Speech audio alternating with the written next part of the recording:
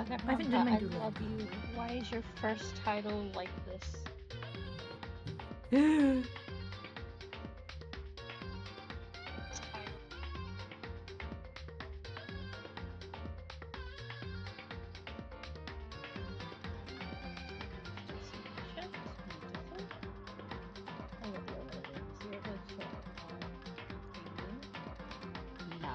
less.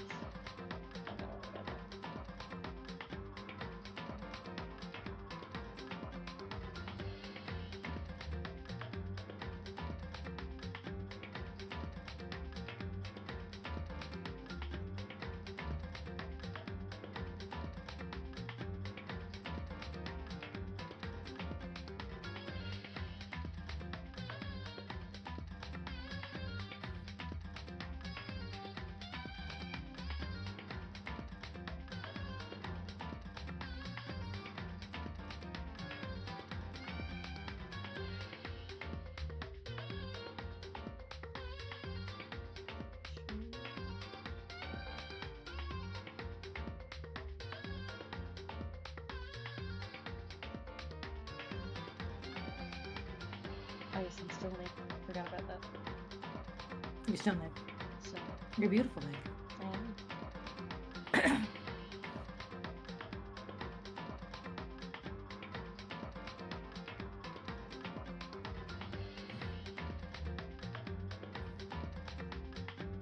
It's like the name is Victor.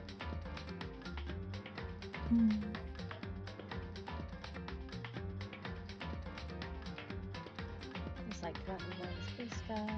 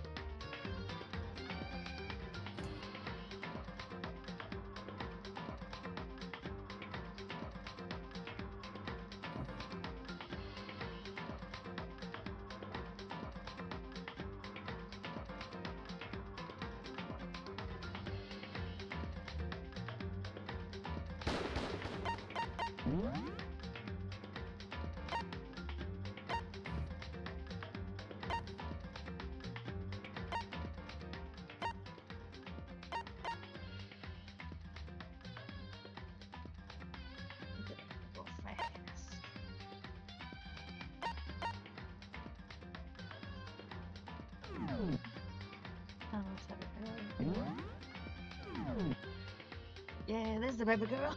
The murmur victim. The murmur victim. The murmur victim. I can't believe I should have fucking said. I need to just say all my dumb shit out loud. If 999 taught me anything, taught you anything, and if Dangan Ronpa Trigger Happy Havoc is reinforcing anything, it's that if you have a thought, a theory, or idea, you should absolutely say it. I should absolutely say it. I should not hesitate for You should even never a hesitate. fucking second. Mm-hmm. Even if it's gonna sound absurd, I should just say it. This is why I must always reiterate my totally legitimate and totally full faith belief in the science ghost of AI Somnium. Yeah, listen to science ghost. Because that is simply the only explanation that I could possibly come up with. It's the only explanation. Sometimes you're far out of left field. Other times you tell me Ace is a villain immediately and I have to stare at you just like, yep, you're right, but I gotta gaslight you now. You gotta gaslight me. Listen, I'm so used to it. That's why I can't trust anyone, because I need to, sometimes I say things and people will be just like, no, and I'm like, are you saying that because it's genuine, or are you saying this because I actually got it completely right and you need to try to hold on to the suspense as long as possible? Yes. That had to be me during JoJo, whenever it was just like, certain someone died. Whenever you and told I was us just, like, he was gone and Mooney wept. And then a few scenes later, I didn't even like, say he was gone. I just sort of nodded along, and I just didn't correct anything. Listen, it's not a lie. so mean to us. I wasn't lying when I said that I was shocked by how sudden it was. So mean to us. It was quite sudden. It was very sudden, very out of nowhere. Being very, very good. No, I should have caught that too, because I was staring at the opening and all 5 stars just going across the screen at the top towards the end before they're joined by the last one, and I was like, man, it's weird that like Abdul's doesn't fade off anywhere. You'd think that'd be a tell. I know, you'd think especially after like once he dies, that like they do like, because they might, you know, they change the intros a little bit sometimes, like when the series go through. They were hinting at Caesar's death since the opening the entire time. And I was like, yeah, you think that'd be the detail they put in, but no, they don't put that in because they don't need to. It's not real. No, I had it happen to me once where, this is why I can't trust anyone. I had it happen once where I had gone into watching the revamped Trigun anime thing with some people, and like someone who had seen it versus like someone who hadn't, and then I was like, I cannot trust anyone, because I went in knowing nothing about Trigun. Absolutely zilch. Like, not even in the spoiler territory. I'd just seen pictures of his face, and that was really it. I knew nothing else. So, almost immediately, I pointed out, I was like, hey, the plants look very human-shaped. Like, they look like they're the bodies of women and stuff. Like, that's really interesting. I wonder what that could mean. And then my friend who's seen it before went, oh, really? They do? I never noticed that before. And I was like, oh, okay, so I guess they wouldn't. I guess if they mean something, it must not show up anytime soon. I guess it must be something that's like, maybe that's just a specific detail I noticed that is just not a big deal or whatever. Basically forgot about it. And then of course later when it's revealed, I'm like, oh no, they literally have full bodies. That is literally their body. And it was like, and I was just like, did you literally just gaslight me and like just make me think that I was wrong? Like, or that it was like, and I was like, I can't trust anyone anymore, because I'm just like, listen, just let me be right. It's just like, fucking, let me win. I can do it. I'm a smart boy. I know you are a smart boy, but also I have to gaslight you. Yeah, I have to be gaslit, otherwise I would simply not be able to know anything. Sometimes you clock immediately that Ace is the villain, and other times you just let me do your inner voice narrations for entirely no reason, even though you're playing the speaking voice of the main character. It's fine. Sometimes I notice things and sometimes I'm really dumb. That's just the duality of man. Listen, I was very happy with how that worked out, because it was like, yes. I won. Anyway, hello stream and 5 viewers in the future. We're playing Dangan again. Yay! Yay! Last time, we found out Chihiro was murdered. Murdered in what we thought was the girls' the girls' changing room, but it's the workout room. But it was not so. She was murdered in the boys' changing room and had her body moved. Dun dun dun.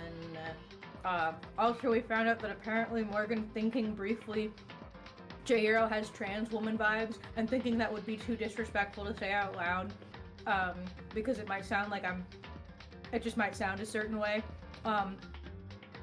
Apparently I just should have said it out loud. Apparently, I am extremely correct. We also learned a lot of things where it's very likely that Tomo probably has a DID situation, and is also probably the serial killer everyone's worried about. I don't think Tomo committed the murder. Obviously, I think that's a very, very big red herring. I think that it's something. I think someone else. I don't know who, but it's someone.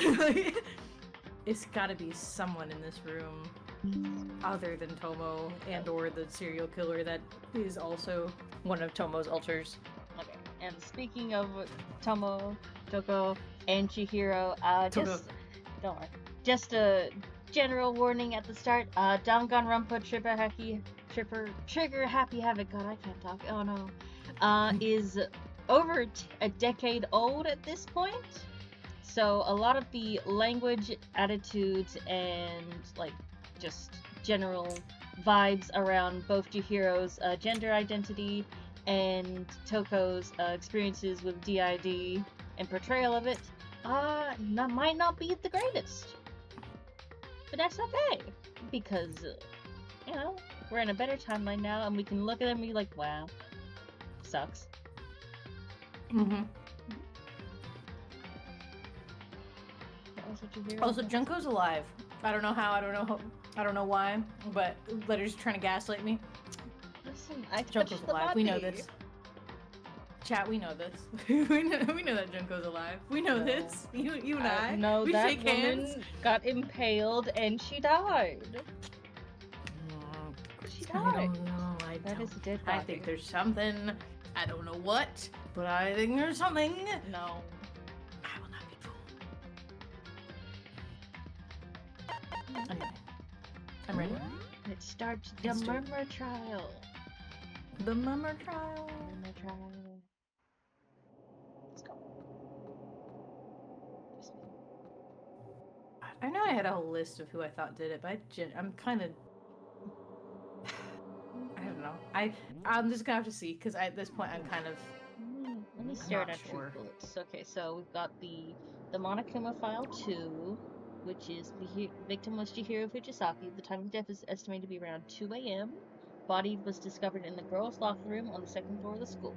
Cause of death was a blow to the head of a blunt object. She was killed instantly. We've got Sakura's and I think account. we've acknowledged that it was probably the weight that was on the floor, which was definitely could not have been lifted by someone who's probably not physically strong in some way. So Sakura's account. Although Chihiro wanted to get stronger, she declined several invitations from Sakura and Aoi, and may have used the locker room late at night to avoid them. Despite this, Chihiro had stated that she desired help with her efforts. She may have been meeting someone in the locker room the night she was murdered. We got the locker room dumbbell. Dumbbell found on the floor of the girls' locker room and has a significant amount of blood on it. Got Mondo's account. Chihiro had told anyone willing to listen that she wanted to get stronger. Some assumed that due to her inferiority complex about being weak, she admires strength more than anything else. Got the card reader. To unlock a locker room, you need to swipe your e-handbook over the card reader. You need a male student's handbook for the boys' locker room and a female student's for the girls. It is not possible for two people to enter at the same time. Additionally, lending someone your handbook is a violation of school regulations. But taking one from one of the dead students But is taking not. one from one of the dead students. The handbook of each student that has died is placed in the mailbox in the main hall. That's right, and what's his nuts is broken for some reason. We have a broken e-handbook. Which is a bit one of the odd. handbooks found in the main hall has been broken, which is apparently a rare occurrence. Junko and Saika's handbook both seem to still work, so it is assumed that the broken handbook is Leon's. However, Monokuma claims it's very unlikely that Leon's handbook would have broken. We got the Genocide Jack case file. Weird. The suspected Genocide Jack victims include Ken Harada, Tetshiro Honda, and Shoji Gaku, among countless others. They were killed in the same way and mounted to a nearby wall. The word bloodlust was found on the crime scene of each crime, written in blood. Profiling indicates the killer is likely a student suffering from a split personality. We got Ao's account. Ow! Triplets! Go back! Ow! I will say the handbook thing does make me think that probably the broken one we found is probably not Leon's, and is maybe likely someone else's who probably broke their own handbook and then quickly replaced it with Leon so they could continue to get around, maybe. But I guess we'll have to see, question mark? Asuka Chihiro seems to have consciously kept her distance from the other girls at the school, even from the beginning. Meanwhile, it has been noted that she got along remarkably well with her male classmates. And we got the boys' locker room carpet. Carpet in the boys' locker room was found with a blackish stain on it. 2 locker room posters. Blood was found on the poster in the girls' locker room. The poster featured a big-breasted supermodel popular among young boys. Meanwhile, the poster in the boys' locker room was for a boy band popular with teenage girls. Chihiro's e-handbook. Chihiro's handbook was not found on her corpse. It's apparently gone missing. Scratch what I said. Chihiro's is the one that's likely broken and was probably stashed away somewhere to cover up the fact that Chihiro was, probably listed as male on her e-handbook that she used to get into the boys' locker room. Possibly. I'm wondering if we're gonna find out that Leon's handbook is on her body, and so for that reason it's gonna be assumed that oh, that's how she must have gotten X, Y, or Z or whatever. I don't know. I guess we'll find. Well, I guess not found on her body, but. Thank you for the hydrate redeem. Drink some lava. Hydrate. I don't know. Leon's is somewhere. I think the broken one is probably Chihiro's, though. Status of the dead body. Chihiro's body has been suspended and her hands have been bound with some kind of rope. Her fatal injury was a blow to the head. Big stretch. Big stretch. Big stretch. Got the disappearing stand. Yeah, and we know it wasn't Genocide Jack's because Genocide Jack had an MO of stringing people up with scissors and doing that sort of thing. Pinning out via scissors, to which obviously they were all custom made, but literally all the girls' items come with scissors. So if Genocide Jack, aka the alter of Toko, did it, then Genocide Jack would have had access to a pair of scissors in order to do that, but didn't do that. So, another reason why it was definitely not the whole Genocide Jack thing, and it was instead of mimicry. We got the disappearing stain. Stalker mentioned that she was responsible for a coffee stain on the girls' locker room floor. However, the stain's since been inexplicably scrubbed away. The carpet was switched. We got the library desk lamp. Byakuya was known to use this lamp often. However, the extension cord has gone missing at some point and the lamp's cord couldn't quite reach the outlet. Yeah, the extension cord was likely what was used to string Port Chihiro up. We got Celeste's account. On the night of the murder, right before nighttime, Chihiro was spotted leaving the warehouse. It seemed she was stuffing some blue exercise clothes into a duffel bag. Presumably, she was on her way to exercise, but the clothes were not found at the crime scene. Celeste has not told anyone other than Makoto about this encounter. Okay, so important thing to remember then. And of course, that if anyone else knows about that stuff, and etc., etc. We've got a Florpo, we've got the cunt, we have Mondo, we got a dead boy, we got Hifumi, we got Hiro, we got a dead girl, we got the best girl, we got Asahina, we got Toko, we got the most girl. The girl ever. We got Celeste, we got a dead girl, and we got another dead girl. No. We have two dead We got girls. a dead girl, me looking into the camera, shaking my head. No. I don't believe you. I think there's something weird here. Listen, okay? Realistically, I don't think that was Junko. I think there was maybe a doppelganger. Well, either that wasn't Junko or that was Junko, and the one that I'm thinking of, took her identity or something. There is an ultimate cosplayer. Or it was a robot. Character in this series. Interesting. I definitely think there's something. Something weird. Punching the ceiling. That's a mystery for another day. Punching the ceiling. Let's go talk to our classmates. Hello, everyone. Wow. Man, so is everyone ready to what? Am I blind or are we missing someone? Yo. Yeah, Toko's not here. Huh? And Toko is... Huh? You really don't remember? Come on! Kidding, I'm just kidding. How can I forget that little nut job? Rude. She's a crucial part of the class trial this time. What are you gonna do? Of course she is. Okie dokie, I'll go ahead and drag her out here kicking and screaming. Just one moment, please.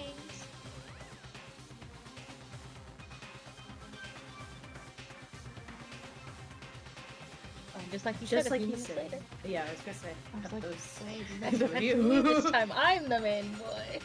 You are the thoughts. He reappeared, dragging Toko behind him. Yeah. Yeah. I told him I didn't want to go, but he forced me. I can't believe you drag a girl around. You definitely can't. Terrible! You're terrible! Well, so now everyone's here, right? Okay then, hustle onto the elevator and let's get this show on the road. I'll see you guys down there. Let's go. So shall we get going? It's time to find out who killed Chihiro. Chihiro Fujisaki. She was so gentle, so calm and meek. Nobody had any problems with her. Someone made the choice to kill a girl like that. And that murderer is one of us. Someone standing right here. Mondo real center in this shot. Oh, there's Sucker's drop shadow. Very important to her beautiful, her mighty beautiful drop shadow. Well then. I will uncover the villain who performed such heinous acts on a weaker individual. You're gonna be framed during this trial, aren't you? You ready? We doing this? I don't know why the killer did what they did, but Count on it. I'm sure it'll work itself out. Justice always prevails, right, bro? Right. Shall we go? Right. Shall we begin? How very sad. Miss Fujisaki, I must admit, for being 3D, she was quite remarkable. Of course, just the idea of 3D makes me cringe. Hey, come on. Fucking Toko, man. What's got her so worked up?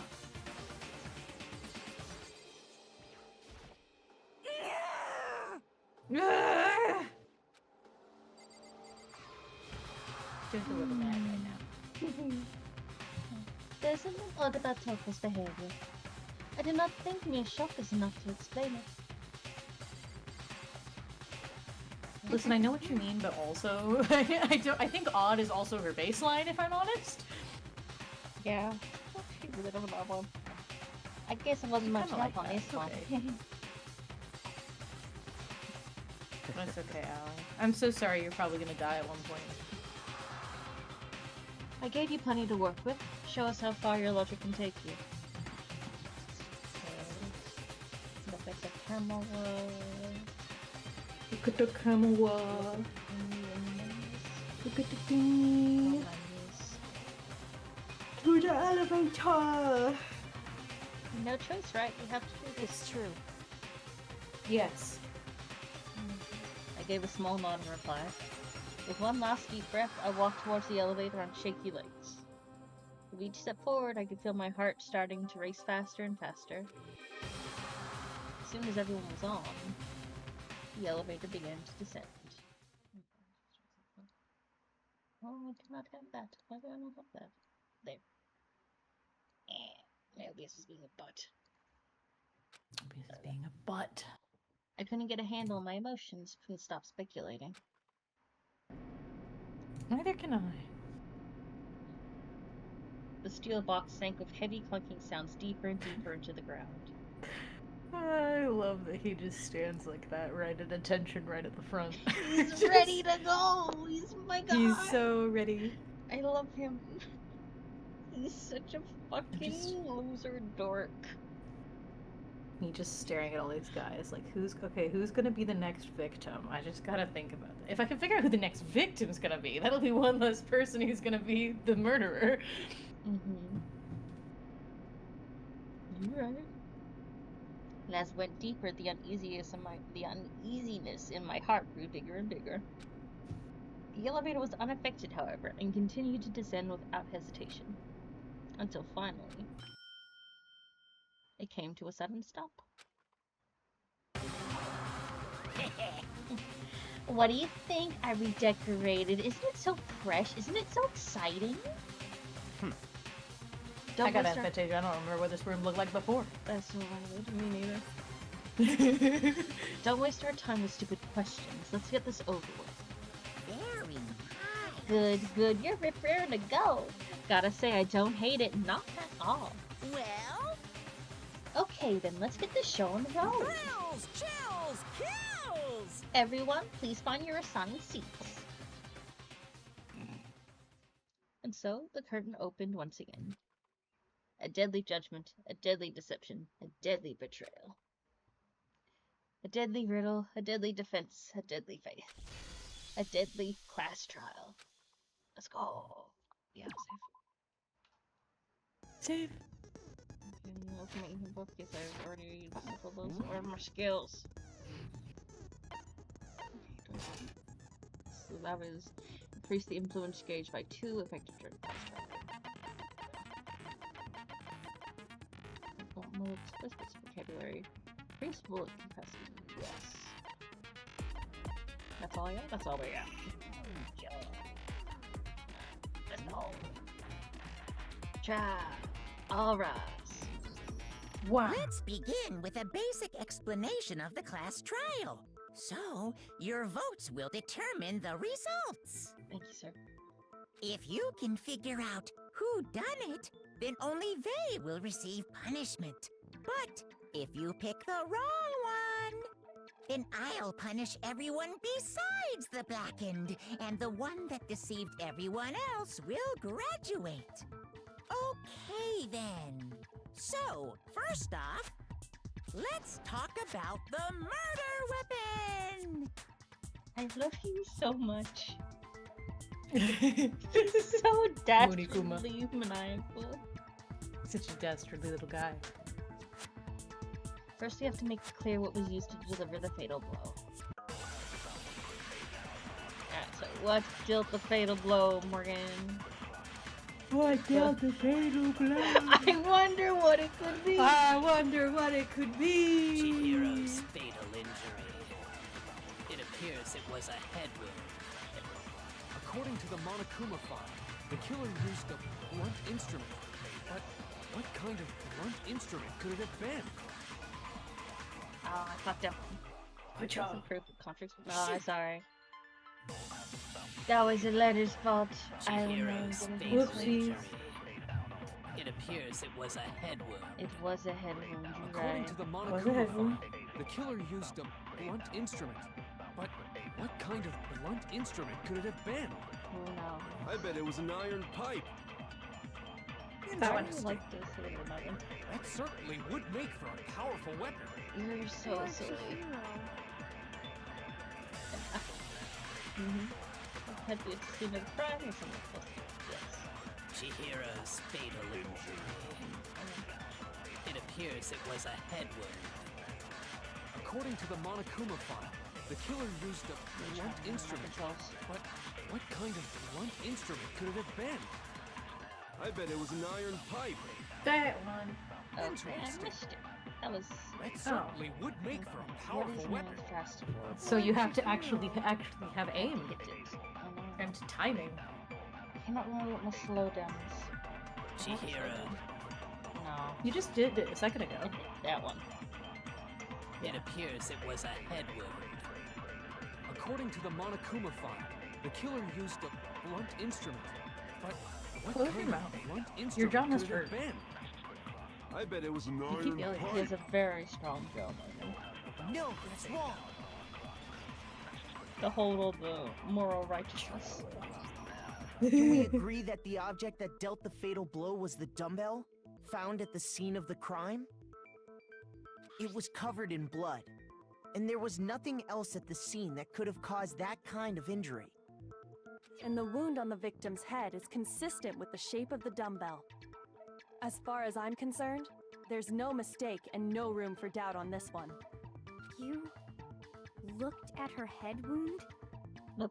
Yeah, Us Hina, we're gonna baby. die. We don't. Hina, baby girl. Like, Hina, we're baby looking girl. for who did this. We have to inspect the body. Mm-hmm. Yay! That's so creepy! You're not one to talk. You're creepy. Kyoko's got it. If you don't mind, I will proceed from here. Let's move on to discussion of the culprit. Okay, so. Although, I believe the criminal behind this heinous act is already quite clear. What? For real? Chihiro's killer is the fiendish serial killer, Genocide Jack. You're incorrect. You're wrong. Genocide Jack, the fiendish serial killer. Did he really kill Chihiro? New element has been. Yes, I would love to hear more about the non-stop debates. Lines of white noise will appear to disrupt my reactions. True bullets will disappear if they hit those, so think of them as obstacles. How do you keep obstacles from getting in your way? Press the. Oh god. Did they scale these pictures to match the height of the person who died? Yes. Alright, Very good to true. know. To attach this silent show which you can use to shoot on my noise, okay. Gotta figure out what that is on my controller. If I shoot an actual mark my light noise, then the time will freeze to take footage. Okay. I'll action difficulty set to until light noise won't appear at all. I think we're at one of those things. Okay. Where's the sound, sir? So this one is slow down.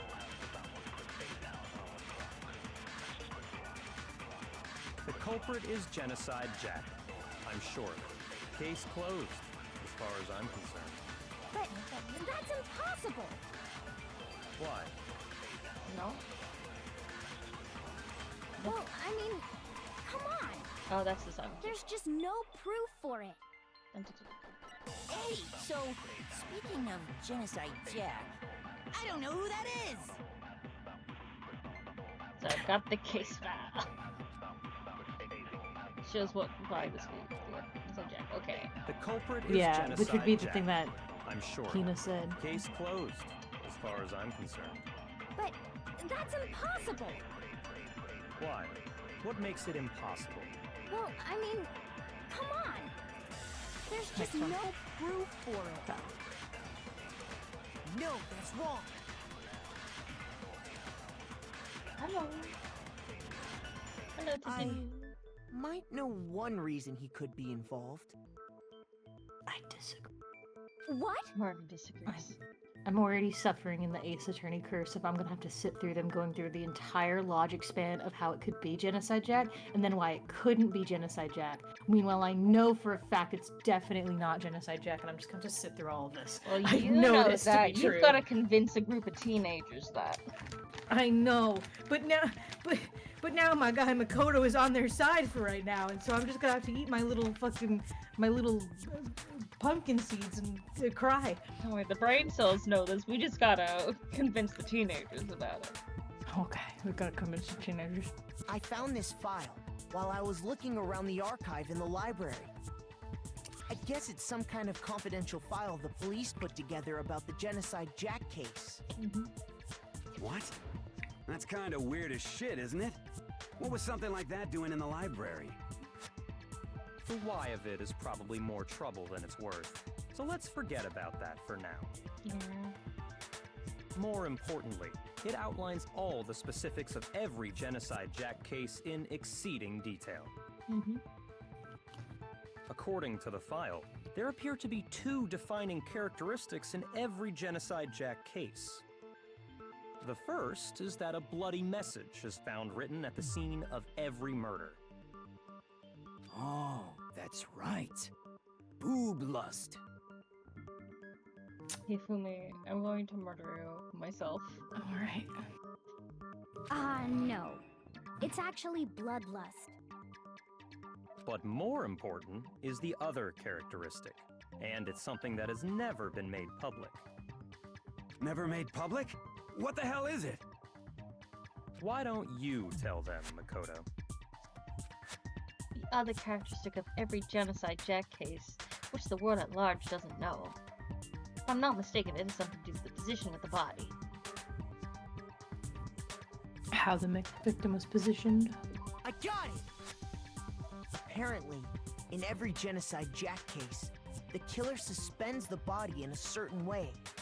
Other than the killer, the only people who know about this are the higher-ups in the police department. I like that the reticle around the characters just has the, you know, it takes the second murder trial. However, Chihiro was most definitely suspended in the same way. So, how did the culprit know about this when only high-level police officials were aware of it? There's only one logical answer I can think of. It's because the culprit in this case is the real Genocide Jack. Jittery faces just kills me every time. They're intense. They're looking at you intensely. No fucking way! You're saying Genocide Jack is one of us? Gas. Yes, in fact, it's Toko. Gasp! Oh my god. Oh my god. Holy shit. Could have known. I never would have guessed. Yeah. What? Also, I'm wondering if the person who actually killed Chihiro didn't do that. I'm wondering if maybe they just moved the body, and maybe that Toko/Jack showed up and just was like, free dead body, and then just did that. Because it is true that at this point, the only people who hypothetically would know about this is us, Toko/Jack, and Byakuya. Would Byakuya do? He would, but he's the one who's putting this out there, so why would he have done? I mean, he could have. He could have done that on purpose to fucking. I mean, he could have fucking killed her and then done it on purpose to purposefully throw it at Toko, but I don't think that's what happened. I think they're going for a thing of like him being an asshole and he's not actually an asshole. I think that's the direction they're taking his character, just from the vibes I'm getting. But anyway, point is, no one would get killed for stringing up her body like that. So maybe Genocide Jack did actually string her up like that, but didn't actually kill her. Maybe. I don't know. Genocide Jack's true identity is Toko Fukawa. Wow. You Wow. Stop with such a mess. Wow. What? Hey, okay, wait, hold on a sec. Toko has like bloodophobia or whatever, remember? What kind of serial killer is afraid of blood? Okay, Kina, I love you. I know exactly where you're going. It would be hemophobia. Is Toko Genocide Jack? The answer is yes and no. Another riddle? God. Man, why has this gotta be so complicated? I know. Are Hero. you saying they're two different people? Yes. Oh my god. Oh my god. It's a riddle for sure, but I feel like I can understand it.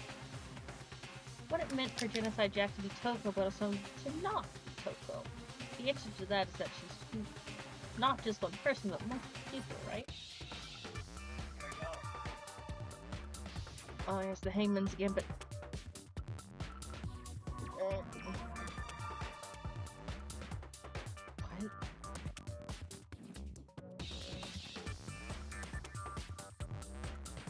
I have no idea what they want from me. What are you spelling? Nothing else.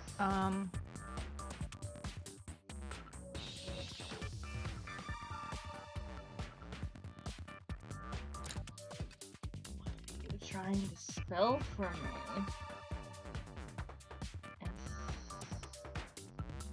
Not an R. CH would be the only thing I could think of. What?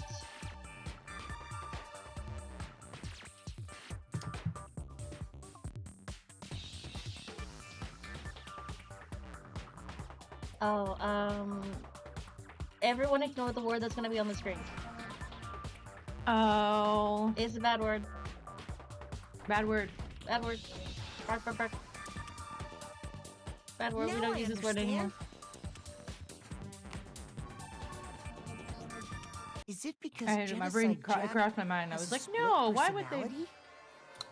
They couldn't have just put split. Yeah, I know. I was just like, that's what I was expecting. That's so like, stupid. I was expecting like split or like switch or something like that, but then they had like the Yeah. and I was like, that's what? Dangan Ronpa. Dangan Ronpa. Dangan Ronpa. We don't use that word anymore. We don't use that word anymore. Huh? I think I read that somewhere in the file too. They thought that the suspect might have, what did they call it? Dissociative identity disorder. Dangan Ronpa translation team. We don't use that word anymore. Okay, but still, to go and say that about Miss Fukawa is... Perfectly acceptable. Yeah. Toko's strange behavior after seeing the body is proof enough that she has a split personality. Yeah. She was kind of a little weirdo.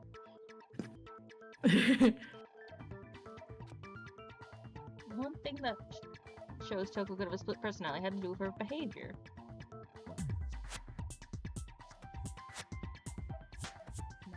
Her behavior changed.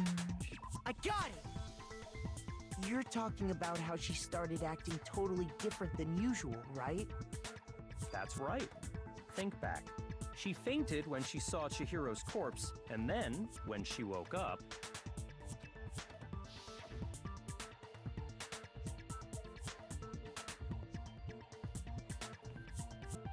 I'm fine, I'm fine! Whoa, is that a dead body? Hey, are you dead?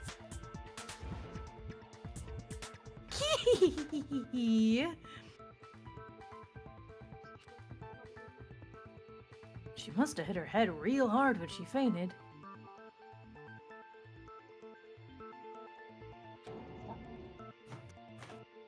The world has a front and a back, a top inning and a bottom, a sea of truth and a web of lies. Okay, sweetie. This is quite concerning. I mean, she sounds completely different. She was acting funny, that's for sure. That melancholy tone of hers completely disappeared. Don't go assigning adjectives to my tone without permission. Oh. This is just our decision. Not to mention, once she regained consciousness and saw Chihiro's body again, she was utterly calm. In other words, within her is one personality that can't handle blood, and one that obviously can.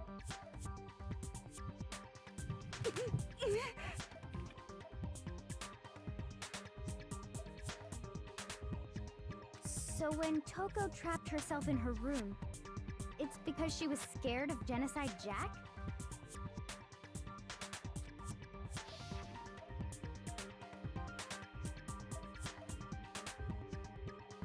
I won't let Genocide Jack have control.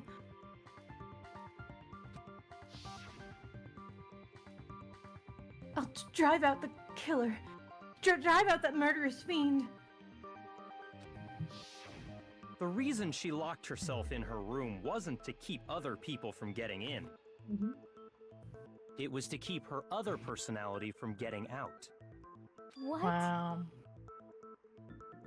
Toko was afraid of the murderous fiend inside of her, of killing even more people.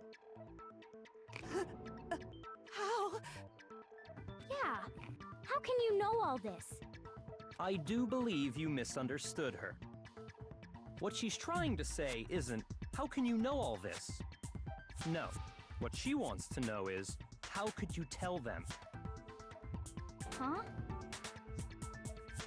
Last night, just before Monokuma gave his motive speech, Toko and I had a strange conversation.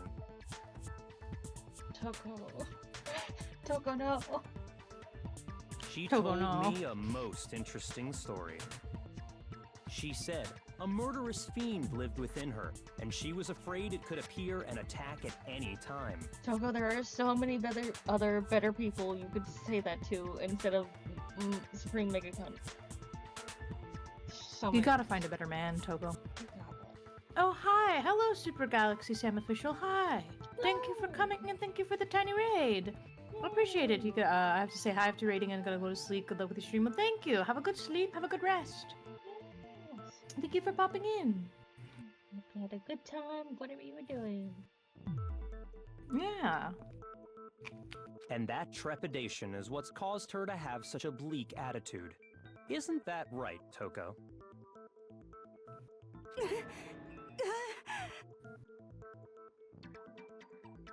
This is all a lie. Right, Toko? Right, Toko? Alright, Togo. You said you wouldn't tell anyone.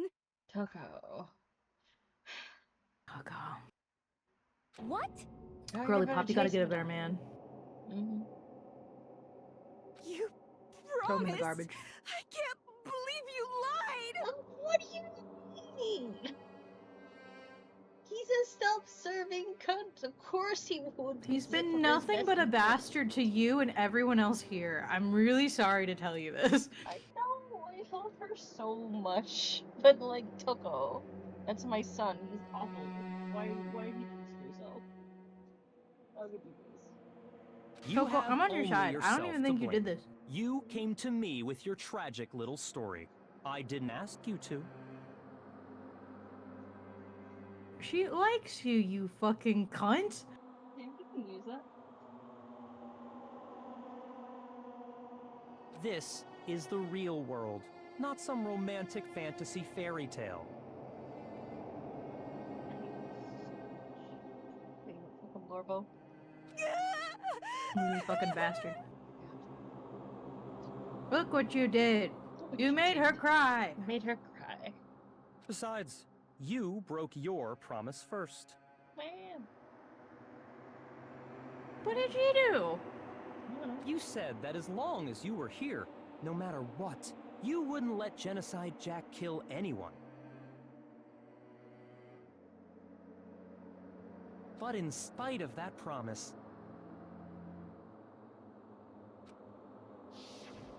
I'm going...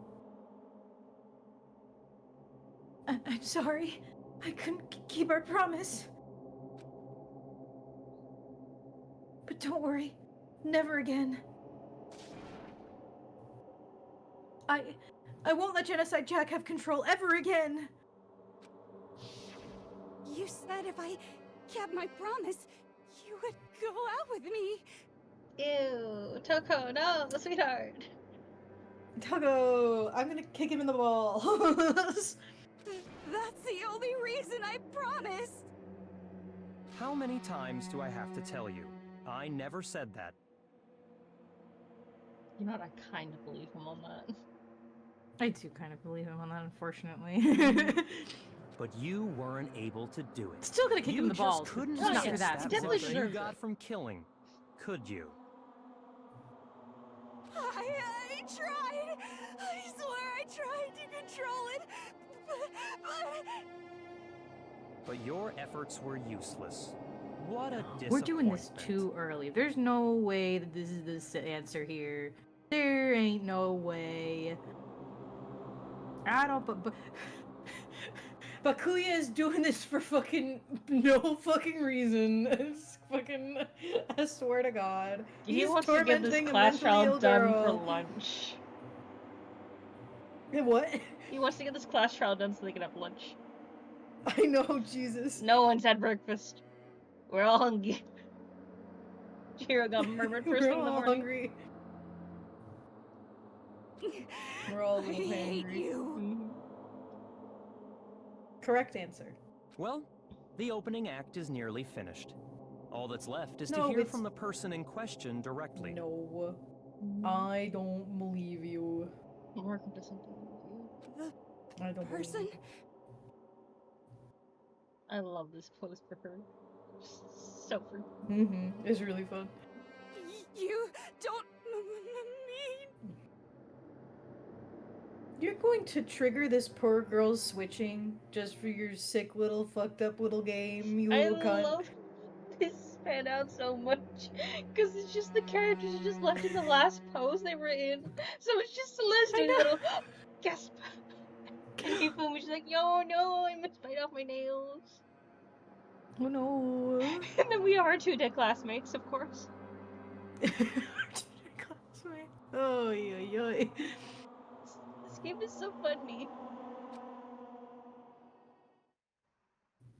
Toko's body suddenly lunged backwards. A huge thud echoed across the courtroom, but in the next second... Oh, man of the hour. Well, Man of the hello hour. there. Is it me you were hoping to see? No, Genocide Jill. Wow. Yes, what the heck? Hello, sweetheart. So you figured it out, huh? Well, whatever. What are you gonna do? I'm the ultimate murderous fiend, Genocide Jack! Or better yet, let's go with Genocide Jill! I think Alright. Genocide Jill is a translation thing, 'cause I'm pretty sure, like, future games, they still do go with Genocide Jack. Which I find fun. Yeah. It's just like gender buffering. Who cares? Yeah. What the It fuck should is just be whatever this? we want it to be. You got me. Toko, what happened to you? Don't worry. Not Toko. Bitches, that's a we don't loser listen name. to the whole And entire what happened conversation is that was just happening. Split No. personality. Sure, sweetie. So what if one of them happens to be a serial killer? You should turn a blind eye to one's faults. No, sweetie.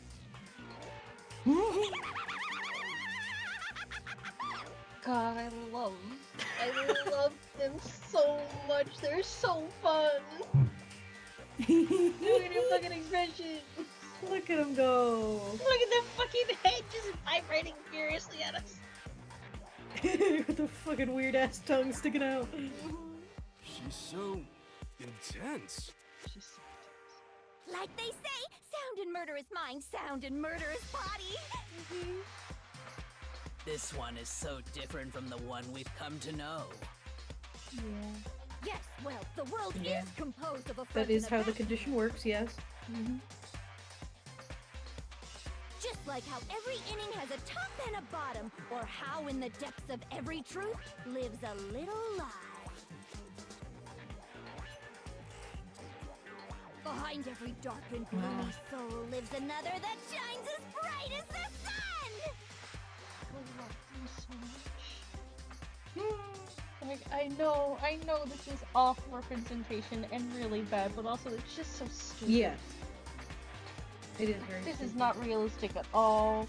Having a serial killer with a split personality is very bad stigma to the mental illness. But fucking this character is so stupid. I love him It's so so much. stupid and silly. Stupid and silly. An ultimate serial killer, I swear to God. This is the murderous fiend Genocide Jack. This is beyond insane to my brain. Miss Jack, Listen. Jill, can I ask you a question? Listen, I understand, because also, Jojo does that as well. So... Unfortunately, this is just Product of the times. a thing. Product of the time, as it were. What's up? What's up? I Put love the tongue him away! so much. Put it away! Never.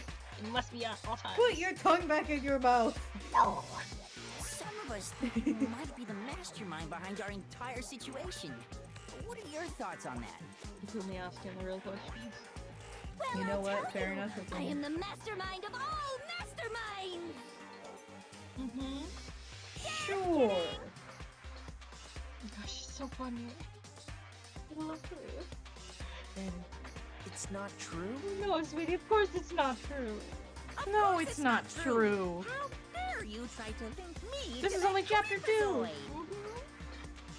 And another thing, the police and government and society in the outside world are totally powerless. Thanks, Monokuma.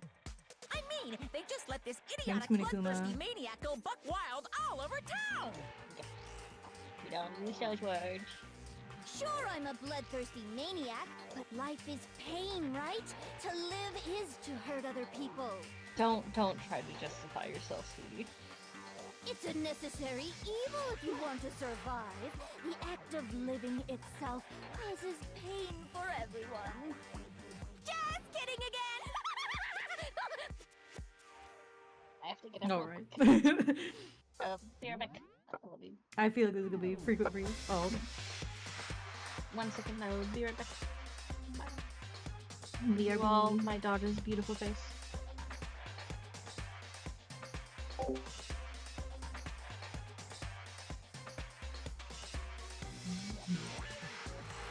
Just jam up to the music for a bit.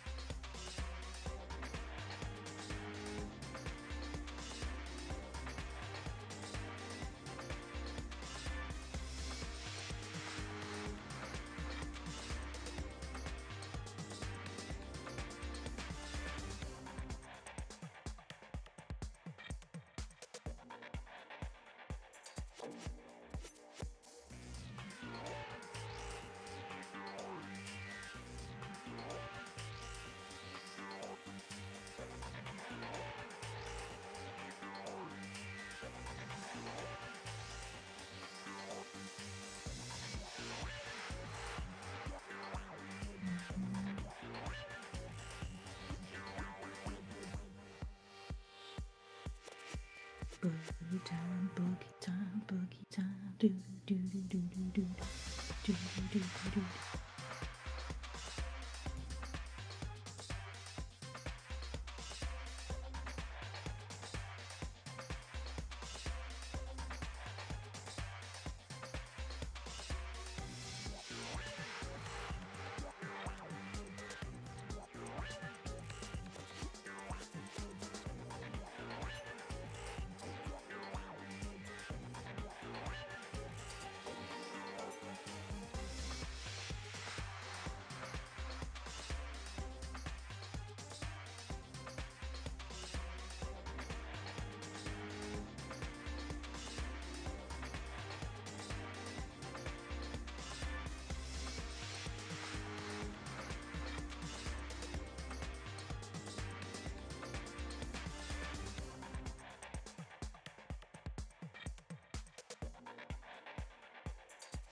I'm back. Did she keep you good company?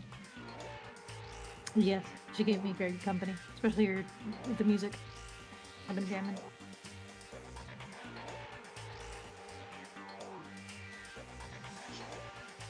This Yeah, me should too, be Nicole. enough to convince you.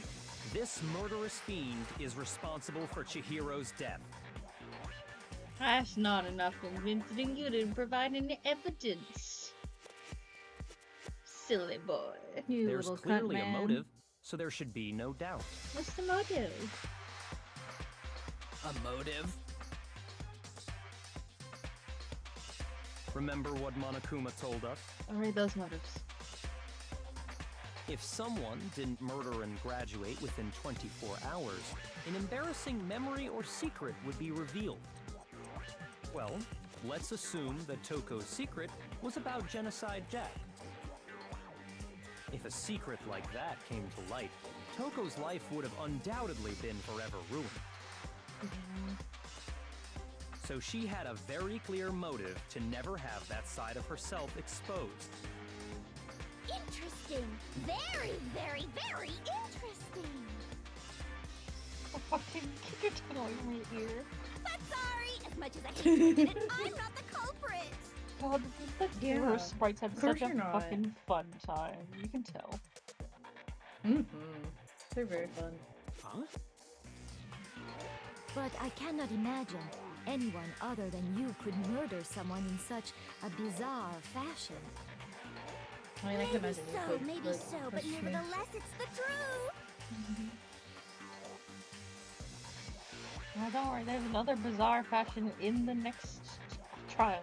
Do you really expect I don't any know. of us to believe you? Yeah, I could never believe a word you say, you monster!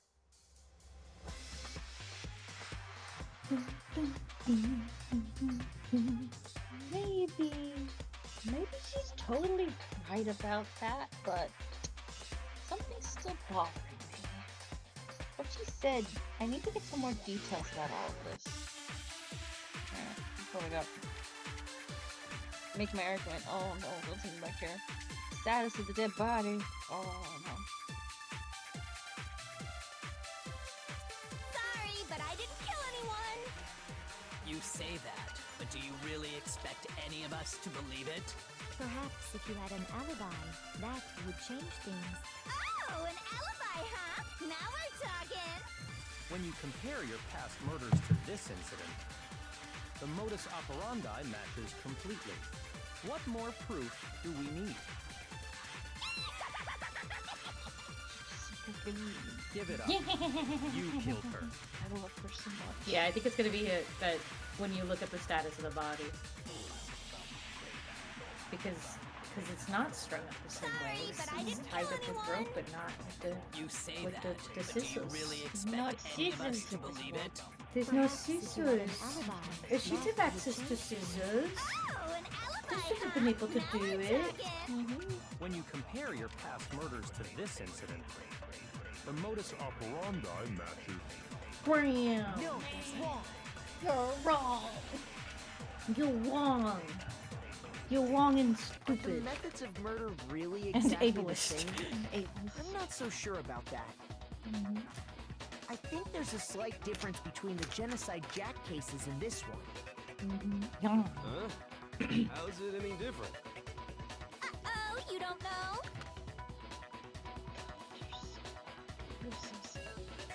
You look like a Well then, frog. human garbage, let me tell you! I murder with passion and conviction. I consider myself a professional, and I have a very particular way of doing things. Yep. Look at that fucking pair of scissors right through the skull of Jesus. I know. They're strong. She's so strong. Imagine you go to a fancy Italian restaurant. They're very picky about the noodles, the sauce, everything. But what happened to Chihiro? It'd be like if that same Italian restaurant started using ragu or Chef Boyardee. This is no creation of mine.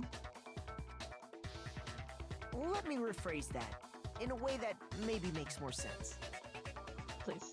The teenagers don't understand. Yes. There are two clear They're differences between the Genocide Jack cases and this one. The clear difference between the murders and the photos from the Genocide Jack cases, look at the neck and the stomach. Here you'll see a clear difference. The victim's fatal injury. I got it! For one, the cause of death is different. In the Genocide Jack murders, all the victims were killed the same way. According to the case file, they were all apparently killed with a pair of scissors. Scissors? No, who could have guessed it? Wow. But Chihiro died from a blow to the head, right? Ah, yes. That is remarkably different from the other murders. Wouldn't it be strange for someone who kills the same way without fail to suddenly change their method? And there's more. One more conflicting detail. That's right. In my recipe of murder, if the bloody message is the tortellini, then the arrangement of the body would be the pesto sauce.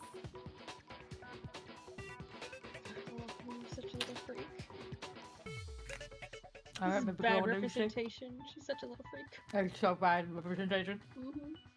I love her though. Could you please stop comparing her little killing frog face people in the to corner. cooking? So, are you saying the other difference has to do with how the body was arranged? That's right. The second difference is related to how she was suspended. In the photos of the other Genocide Jack cases, all the victims were stabbed with their hands. Here you'll see a clear difference. It was used to suspend her. I got it! Morgan's so smart, Do guys. you remember what the killer I'm used to so suspend smart. I her? figured this out a while ago. All you teenagers need to catch up. Ultimate. all these ultimate teenagers. More like mediocre teenagers. It's bad. Ignore that. No. It's dumb. Strike that from the record. It didn't happen. They used Straight some from the kind of rope to hang her up by her wrists. What is your point? Well, in all the previous Genocide Jack cases, something else was used to suspend them. Specifically, pairs of razor-sharp scissors. And guess what? I used my own specially designed scissors for the murders and the arrangement. We do.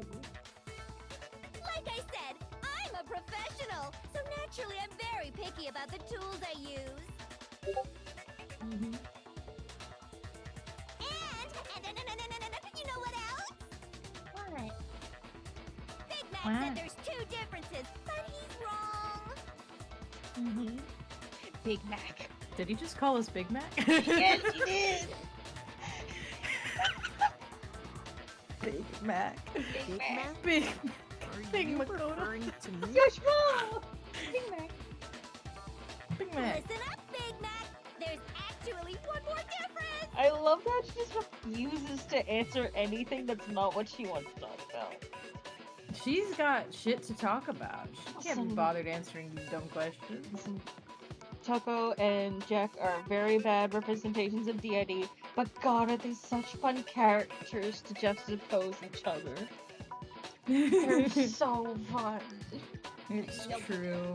They're so bad. They would have just gone with like a, I don't know. If they would have just gone with like some kind of Jekyll and Hyde thing and just not actually called it DID, it would still be kind of like, But if you just never applied those words, it didn't have to be bad. It could have been a little bit better. Science goes. Like just science goes. My word, you really didn't notice? Take a look at who the victims were in each Genocide Jack case. There's a pattern there, just waiting to be discovered. Yeah, because they're all like grown ass men. Pattern. Yeah. Figure that out, and it'll be plain as death why I couldn't have possibly killed that little lolly girl. Rude. Let's see. There was a pattern surrounding the Genocide Jack victims, and Chihiro doesn't fit it? If you look at the names of each victim, what you'll notice is... I think I figured it out. I know why she couldn't have killed Chihiro. Cause Chihiro was her lover. Could you fucking imagine? God. Cause Chihiro was a girl. Girl, guys. Is it because She was a Chihiro girl. was a girl? Bingo, bullseye, right on the money! What are you talking about? In all the Genocide Jack cases, all the victims had something in common.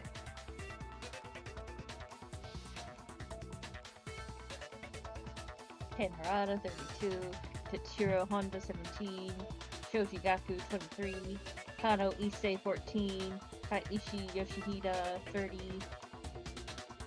Kamatsu Nataro. Takefumi Jigono. Ushida Naohia. Takashi Masamu. Yuto Himajima. There's no end to it. They were all guys? I love you so much. You're so dumb. I'm going to say that, like, in my headcanons, Yashihiro was the only one that clocked that Chihiro was like trans girl. And he's just like, what do you mean? What's going on? I agree. That's right! The people I He's I like, think yeah, he was like me. they He just were saw all it. It was just like, guys. oh, okay. Chihiro And then was just didn't say anything about it. He's just like, what's the difference? He's like, well, gender. Gender. Look at that man. That man's a hippie. You think he'd fucking give a shit? No. He's just like, yeah. Weird. He's just a guy. I said it! I'm so embarrassed! You're such a freak. I love you. The hell is wrong with you? Yeah, she only kills boys. I can't help it! I'm just a full-throttle boy-on-boy fangirl! And the mopey side of me just hates it! What? Oh, No, it doesn't say yeah. You're a Fujoshi. I understand. I see.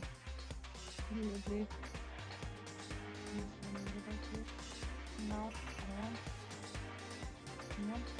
But now I'm on the fast track to becoming— So since Chihiro was a girl... What an Italian! I have too much passion and conviction to cross that line! Oh, The he's absolute going. reality of a one and only! No, thank you. Dangan, why is it so hard for me to find my fucking transcripts? There we go. No, that's the wrong one. That's how I system.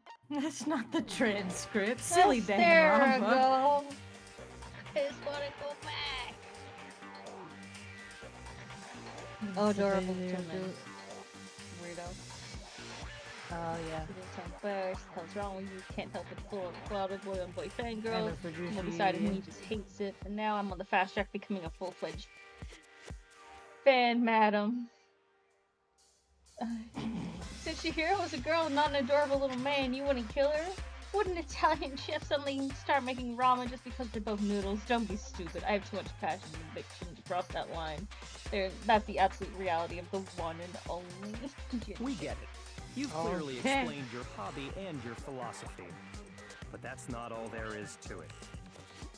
It's a different matter entirely, when you're forced to kill in order to survive.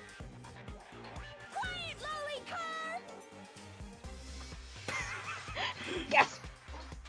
Yeah, fucking tell him honestly. Cur? Get him. Yes! Yes. Correct. I would never kill for a reason as petty as mere survival.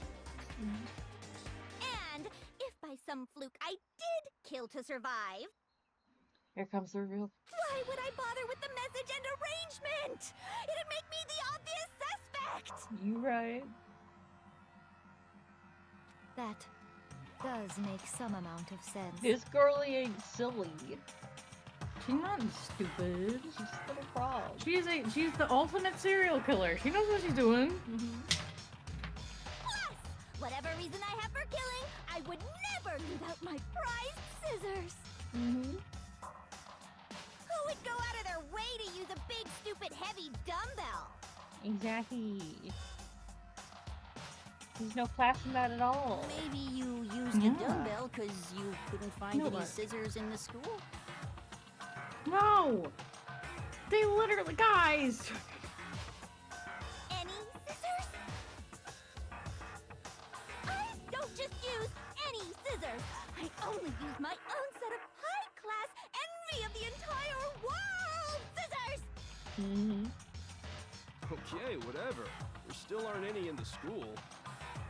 Are you sure about Yes, that? there. Guys, are you dumb? No, she's saying that she only uses her special made scissors to remember. No, I know that, but they were saying, but then they repeated like, oh yeah, well, there aren't any scissors anyway. There's like no scissors in the whole They're so school. silly. It's okay. They're dumb. It's about to be a moot point anyway. Yes. No. Wow. She's fully equipped. Of course she is. That's Why right! wouldn't So you be? I can kill anywhere, anytime! Why would I resort to dumbbells Wow. or rope when I have my trusty scissors by my side? The voice actor had such a Wow. fun time. Go ahead, tell me I'm wrong! You can't ken, you gutter dogs, all of you! That's to mention, I have no clue how to tie a good knot. So rope's totally out of the question anyway. I can murder a man twice my size, can't tie a fucking knot to save it. Fucking knots? Fucking get out of here. I ain't no sailor. I don't got time for knots.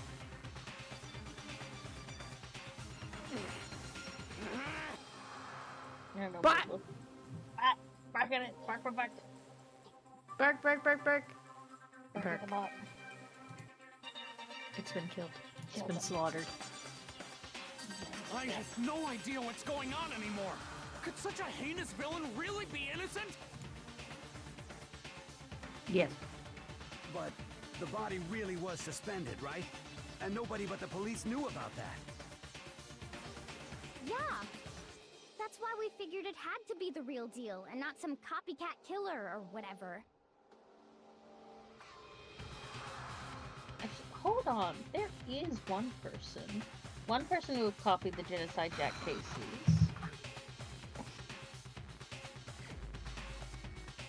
Who could have copied the Genocide Jack cases, Morgan?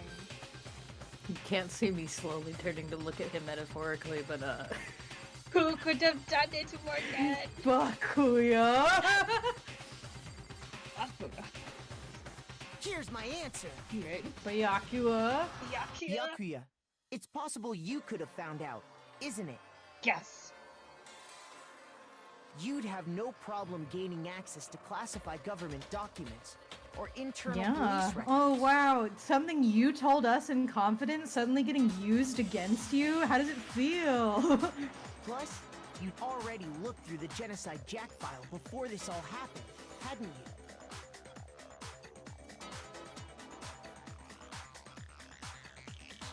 you? Are you saying Mr. Togami did it? Yes. Sweetheart. The fact that they're bringing this up so early, though, I don't know if it is. But I'm like... Then, the reason you pushed the theory of Genocide Jack being the killer so hard was because he wanted to pin the crime on her.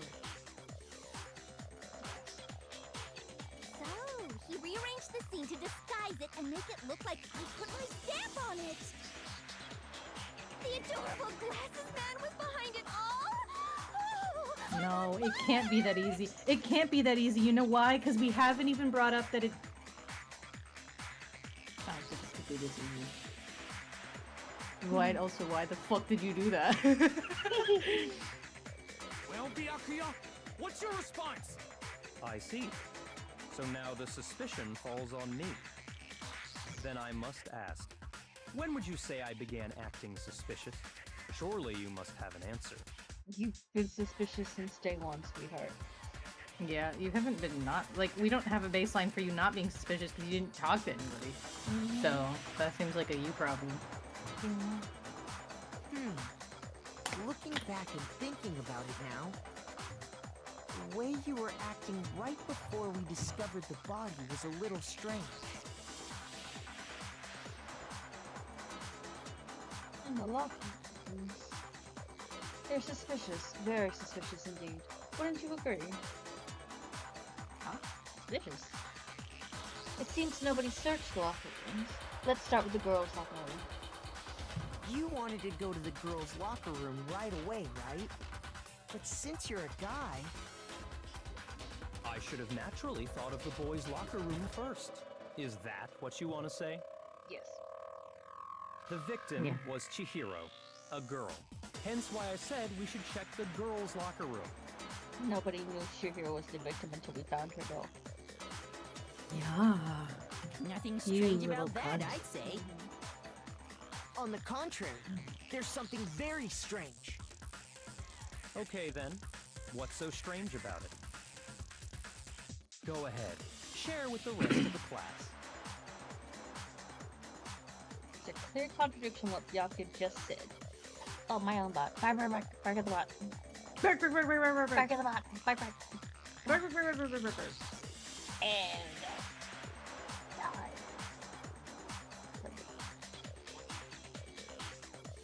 I need to make it clear to everyone. Okay. Gonna add something called a true flashback. No! You aim at a weak spot and hold down the left mouse. I don't have a left mouse button! I have a control on it. Then you memorize the weak spot, okay? Last only shot is a single Whatever you say. I'll do my best. Shoot or change troop list and disappear from my troop cylinder. Or you can use the flashback feature as many times as you want. Okay, time to figure out how to do this. You don't seem to have the answer to a liar contradiction in your loaded troop bullets. It might be wise to memorize a different weak spot and use that to make your case. When's the best time to flashback? Well, you just have to use your keen wits, wouldn't you? In this case, though, I would say that if you don't use a flashback, you won't be refuting anything. Like, good luck and have fun. Okay! Whatever you say. How do I do it? Just hold down that button? I don't know. Figure it out. So, you said Byakuya was acting kinda weird before we found the body. Okay. But he was acting weird... how? If you're presented with the opportunity to check out the girls' locker room, You absolutely take it! That's a natural reaction Shut for up. any guy! The victim was Chihiro, who was a girl. So, of course, I would suggest we check the girls' locker room first. There was no time for pointless distractions. Just before we find the body, What's so I'm gonna strange want about that that? one smack into this one. I wish you'd taken me with you.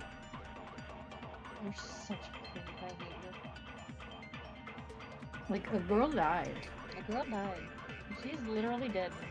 So, you said Byakuya was acting kinda weird before we found the body. But he was acting weird... how? If you're presented with the opportunity to check out the girls' locker room, You absolutely take it! That's a natural reaction for any guy! The victim was Chihiro, who was a girl. No victim. So, of course, I would suggest we check the girls' locker room first. There was no time for pointless distractions. What's so strange about that? I wish you'd taken me with you. Shut up. Yes, we'll play I know. I don't need your hints. So, You said Byakuya was acting kind of weird. Oh no, am I gonna take that one to Chihiro's? Shoot! I take that one to Chihiro.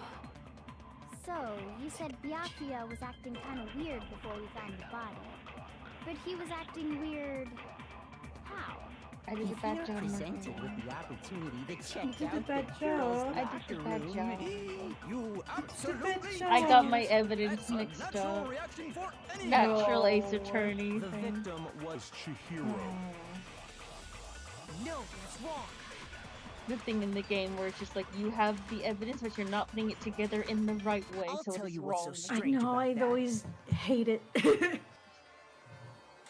Because up until we actually discovered the body, we couldn't have known who the victim was.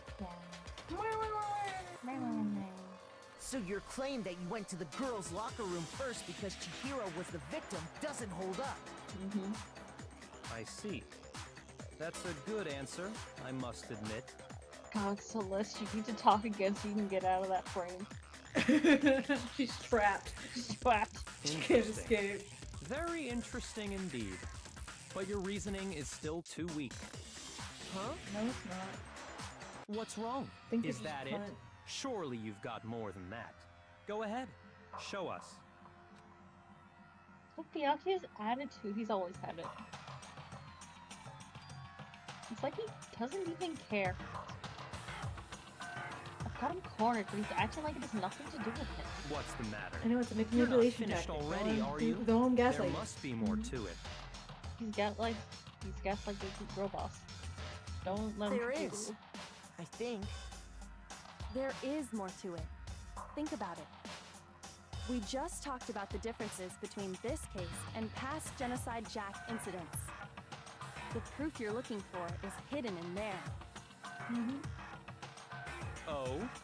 Proof that I'm the culprit, you mean? Yeah. The difference between this case and the Genocide Jack murders. The evidence that proves Byakuya is responsible is hidden in there? What could it be? Please don't be a hangman's Oh no. Vibrate this time. Yeah, that's right. What? Because it is The difference missing. between the cases? You want me to explain it again? When I want to kill, I use my very own special scissors. And I use those same scissors to arrange the body. But Chihiro was suspended with... It was some kind of rope. Was it not? That's right! It absolutely was! Then there must be something very fishy indeed about that rope. Hey, Byakuya, where'd you get it from, huh? I'd never seen that rope before in my life. Obviously, somebody else must have had it hidden away somewhere. Use that one, because it's his own very own library lamp. The library lamp This is is very used every day. Between the cases? He uses it every day because he's such a little weirdo. He's off on his own in the library. He didn't want to socialize with anyone. He doesn't want to socialize with anyone. He's better than us. He thinks he's better than everybody. It was some kind of rope. And now he killed the girl? That's right! It absolutely was! I don't know. There's definitely... There's a huge bombshell we haven't gotten to yet, and I'm sure this game is going to get to it because it has not been established officially in text. So I have a feeling there's a whole extra layer to this we haven't gotten to yet. Yeah. Because you see, that rope, or should I say, that extension cord? I mean, like, I guess he could have moved the body, but I don't know. I don't know. What? When? An extension cord? When was the body discovered? Were we with Byakuya when that happened? Byakuya was with us when we discovered the body. No, I mean, like, because whenever Monokuma came on, it was like, body has been found. We need everyone. That body announcement only happens after 3 people find the body. I see. Okay.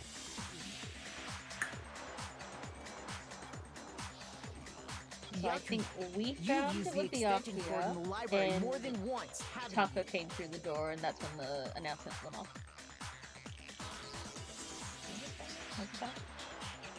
Wait, because don't they announce that someone has been murdered and then that's when everyone goes on a hunt to find the body? No. No, okay. Chihiro and Byakuya and I think a few other people like didn't show up to breakfast, and that's when people went off to look. I see. Okay.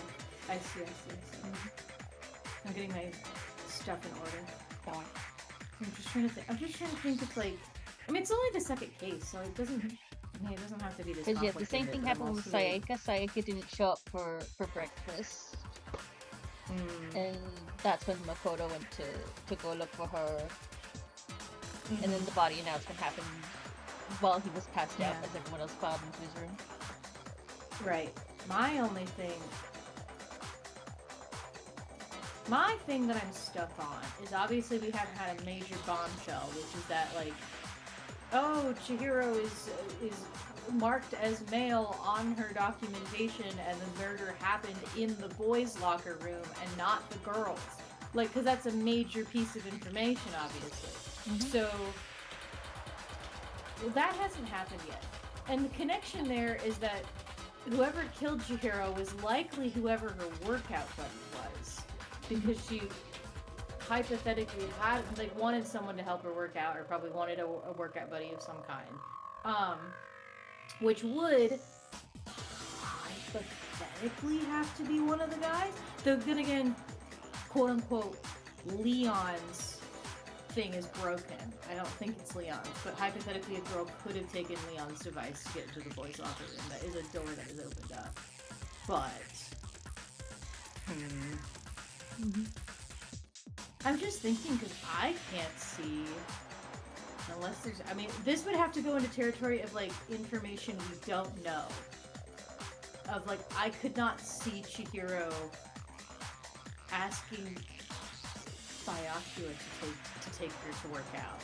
Because he, first of all, doesn't seem like he gives a shit, and B, he's really mean. So like, he's really mean. I'm like, I mean, again, they might reveal stuff that happened off screen that we weren't privy to and is only going to be revealed via the trial that we're doing right now. But I'm like, that's my only hang up.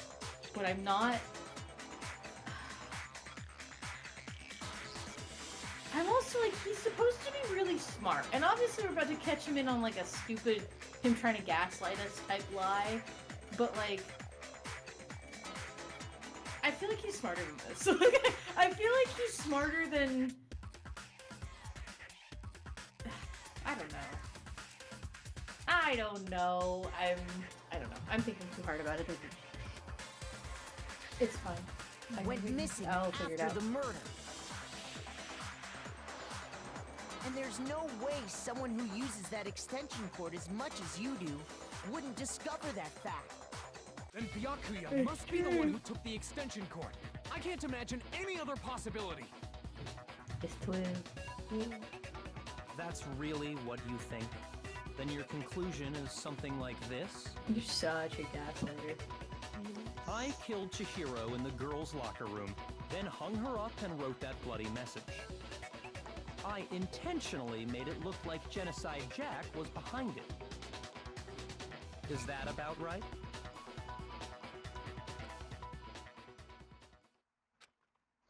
Doing it again.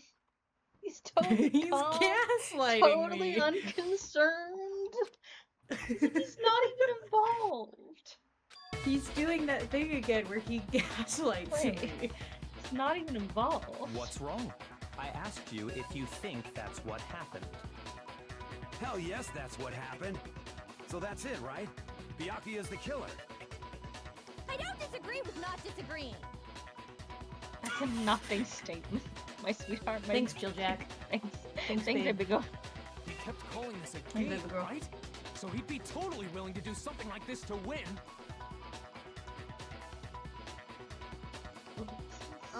Sorry, but could we hold on just a second? I think we need to talk about this a little more. Huh? Do we really need to? We've already decided who did it. I know, but still, there's something We're that's missing a still whole bothering bomb. There's a whole act 3 to this that we haven't gotten to yet. Mm-hmm. There's a Is whole that extra right? layer of problematic And we need what, to get pray to. tell, is Yeah, still we've bothering gotten you? through one layer problematic. Gotta get to the other one. I killed can her in already the feel girls' it. It's locker not gonna room. be good. That Like, disguised it's my just. crime. Specifically, I dressed it up to make it look like it was the work of a homicidal psychopath. What about you all just said that you did. bothers you? Wait. Well, does that just know Yeah. something's not right? Yeah. Chihiro's body was definitely found in the girls' locker room, but does that mean... Can I really just accept what Byakuya said is the truth? No, I don't think so. There's something definitely off about what he said. The scene of the crime. I got Wasn't dead in the fucking. You say you killed Chihiro in the Pushing the girls' wall. locker room, right? What is this? I'm starting to. I don't know what his game is, but I'm starting to feel like maybe he was involved because. Okay. I'm like, there's one of two things happening here. There's like, either A, someone else does know about the Genocide Jack shit. Someone else did go in the library, found the secret room, found the secret files, and did all this blah blah blah based on that. Whatever. Very real possibility, and probably the more rational possibility is that is happening. Like, of course, but that also doesn't fully explain why Byakuya is acting like this, because otherwise why would he not just be like, no, why would I do that? And also why would he go, I feel like it would be weird if he'd go so hard into the whole Genocide Jack thing or whatever, but like maybe he has some personal beef that we don't know about and that's why he's like getting so hung up into this. He could, he's a fucking prick, he could. He's a little weirdo. But like, so either A, someone else entirely found that secret room in the library, found the secret files, and did whatever, would be very the only issue with that is that it would be very difficult for that to happen because Byakuya was always there. So surely he would know if someone did that. But, I mean, he could have. Again, he's a fucking prick. So maybe he does, and he's just not saying that. But that goes into my other thing of either that's the case, and he's not involved in any way, shape, or form, in which case I don't know what game he's playing at, or the other option is someone else killed her, but Byakuya, for whatever fucking reason, decided to fucking, I'm gonna make it look like Genocide Jack and then go blame Genocide Jack for this. And it's just gaslighting us. Even then, I don't know why he would do that. I don't know why, because that also doesn't make any sense. But also, neither version of that makes any sense on why he's behaving like this.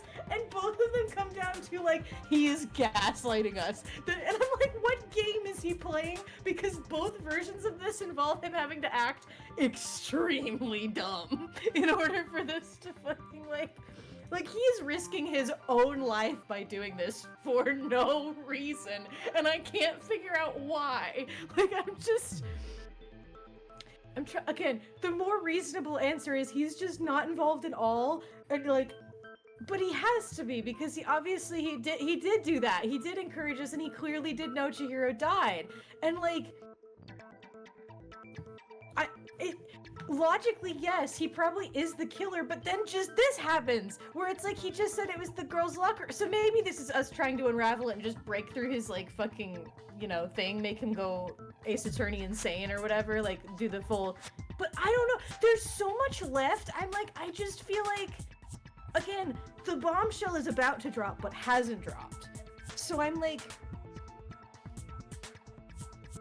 whatever's going on, Byakuya is gaslighting us, and there's no feasible reason as to why he would be doing this, because I'm just if he did it, that would make the most sense, but also he's not doing a good job defending himself in any way, shape, or form. It would actually make complete logical sense if he did do this, and he set this up this way because he knew Toko's secret, etc., etc. Though again, there's a weird little hole here of why the fuck would Chihiro ever ask him to help her with working out? In what universe would that make sense? Again, that would have to require off-screen information. But him being the one to kill her is technically the thing that makes the most sense. However, he's also been investigating with us and has also helped us find information that would directly implicate him with seemingly little complaint. Obviously he helped us find the Genocide Jack stuff, but that would go into, aiding with the lie. And I do think that's probably maybe what happened, is that he did that specifically to be see, look at this cool information I have. Ooh, so cool, so scary. But he was there when we found the mail thing with the old handbooks, right? Yeah, he led us right to I didn't hallucinate. Yeah, so he'd know about that. Which, I don't know, maybe that is part of it. Maybe that's just gonna be his angle of being oh, see, Leon's is broken, that must mean that Genocide Jack took it to get into the boys' locker room. But again, I feel that him being the murderer is in fact the most logical explanation. But there's something weird here about the fact that we haven't yet reached the climax and the final big drop of this fucking section, that I'm Byakuya, are you just gaslighting us for no reason? Are you just being an ass? Because I'm starting to think you're just being an ass. And I'm so annoyed about it. Anyway, we can continue. I'm just losing my mind. It's okay. Beautiful boy, he would never do something for no reason. Are you sure about that? He's such a prick. Isn't it possible that the murder took place somewhere else? How disappointing. What kind of question is that? Even in the world of disappointments, this is a true letdown. What are you fucking... I didn't... I'm trying to find a logical reason for him to be acting like this. I'm trying really hard to figure out what mindset he'd be in to be acting like this. Because I'm if he did kill her, he should, if he's smart, he should be acting surprised about this hypothetically. I guess not. I guess to be like, well, no, it had to be the girls' locker room because blah blah blah blah. I don't know. I'm losing my mind a little bit. I'm trying to get in the head of a man that Let's knows. keep going. Locker room. There is absolutely no question about that. You sound like you're being sarcastic. I can hear it. How You're could the such a scene of the look up. crime have been anywhere else? How could the scene of the Well, crime been anywhere I else? think it's entirely possible that she was killed somewhere else, then carried there later, along with the rest of the murder scene. The rest of the murder scene?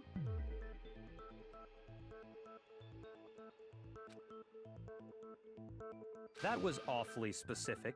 Please tell me you have a reason for saying all of that. What? I'm gonna throw him out a window. You can't throw him out a window. I'm losing my mind. I believe I do. No way. We'll just continue with the trial.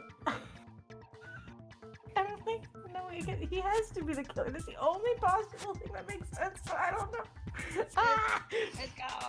But also, he seemed really surprised about that. Hey, Byakuya, did I just take you off guard? Because he didn't know. He doesn't know that's Wolfspeed. The story Oh my god. Into the crime scene. Byakuya, who's been so confident up till now. Maybe he never actually realized that the actual scene of the crime could have been somewhere else. Hey! So why move were on you without gaslighting permission? us? What do you mean she was killed somewhere else? I gotta take off my robe. I'm getting too hot. I'm getting heated over this man. I'm getting heated in the bad way. In the I want to throw him in the river. Keep going. I'm gonna If mute there's myself. any So chance stop, the murder dude. took place somewhere else, let's see the proof. Let's see the proof. Come on, Magoto. Evidence that shows the murder took place somewhere else. There was something that was switched between the boys and the girls' locker room. Oh, there were two things that were switched. Could it have been the two the locker room posters? posters? Oh my god. I got it! The proof that she was killed somewhere else is the poster that's hanging in each locker room. God, I need everyone to watch is this some series. I need posters? them to hear how I'm crashing out about this man. I can't wait. I'm gonna title this one "Morgan Crash Out." The Morgan poster in the drowns girls' Byakuya in the locker river. room a picture of a big boobed supermodel. But don't you think that's kind of strange? Why would the girls' locker room have a poster like that? Of course. Byakuya doesn't understand any of He was this. gaslighting me about the poster too before I even questioned anything. You're welcome. So that's why I can't trust anything.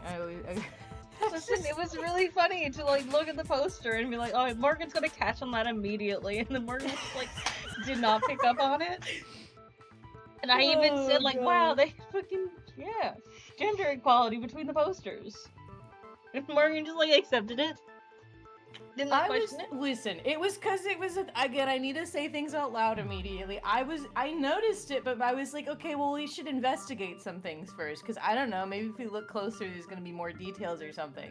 But like, I was trying not to get ahead of myself a little bit, but then you were just like, oh wow, gender equality. I'm like, oh okay, I guess that is just okay. They did just reuse an asset. Okay, I'm dumb sometimes. Okay. I love you so much. Meanwhile, Make it so easy to the gaslight boys' me locker sometimes. room So had- hard on the I'm very easy to gaslight. I'm gonna throw Byakuya in the river. There he's my son. A poster of the super popular boy band Your Tornado. son's a gaslighter. Yeah. Again, that doesn't really seem to belong in a boy's locker room. So you're saying that maybe the posters were switched? And there's one other thing I noticed about the locker rooms. You know what I'm talking about, right, Sakura? You're referring to my protein coffee, aren't you? Protein coffee? Protein. While I was in the girls' Protein. locker room earlier, I spilled some protein coffee on the carpet. But I noticed that after the murder, the the stain had been totally scrubbed away. No, it's not that the stain was scrubbed away. It was moved to the boys' locker room carpet. boys' locker room. I got it! The stain on the girls' locker room carpet wasn't scrubbed away. In You can fact, tell how much calmer I I am found it now on that the Byakuya's boys' not locker room talking. carpet. That's definitely the stain Yeah, from my Sakura's protein talking. She's your coffee. favorite. Yeah, I'm just looking at her. She's keeping me sane right now. She's keeping me Yeah. grounded. Yep. I know she didn't do this because she wouldn't have pointed out the coffee stain if she did this. So she's innocent. I love her. Press my screen. Why would anyone do that? Knock you at the corner of the screen. I know. Face. Don't look. I'm covering up with my hand. I'm not looking at him. To move the murder Look at his scene from dumb one face, locker room though. to He looks another. horrified. It's certainly plausible, don't you think? What? In other words, in order to completely swap the scene of the crime, Tuck it in between two good classmates. the bloodstained poster and carpet were moved along with the dead body. By doing this, the killer was able to change the entire room where the murder took place. I can certainly follow your reasoning, but why would the culprit bother doing that? Huh? Why would they go to all that trouble of switching the scene of the crime? Actually, an even bigger question. If the murder did take place in the boys' locker room, then how did Chihiro get in the boys' locker room in the first place? Here comes your bombshell. To get into the locker room, I'm bracing myself at this game to be super problematic. across the card reader device. But Chihiro's handbook should have only allowed her access to the girls' locker room. She had no way to get into the boys' locker room to begin The with. question is, are we going to do a fake out of it being like, oh, she used Leon's? No, she didn't use Leon's. No, she did have a way, and I can tell you what it was. Oh, yeah. I highly doubt that. Shh. I'm going. Shut up! I'm telling you, I know how she could have done it. Tell me. Tell me, sure. Is he right? Could Tell you me. really have gotten So into the that- boys' locker room somehow? Tell me so that Byakuya doesn't keep talking. Broken e-handbook.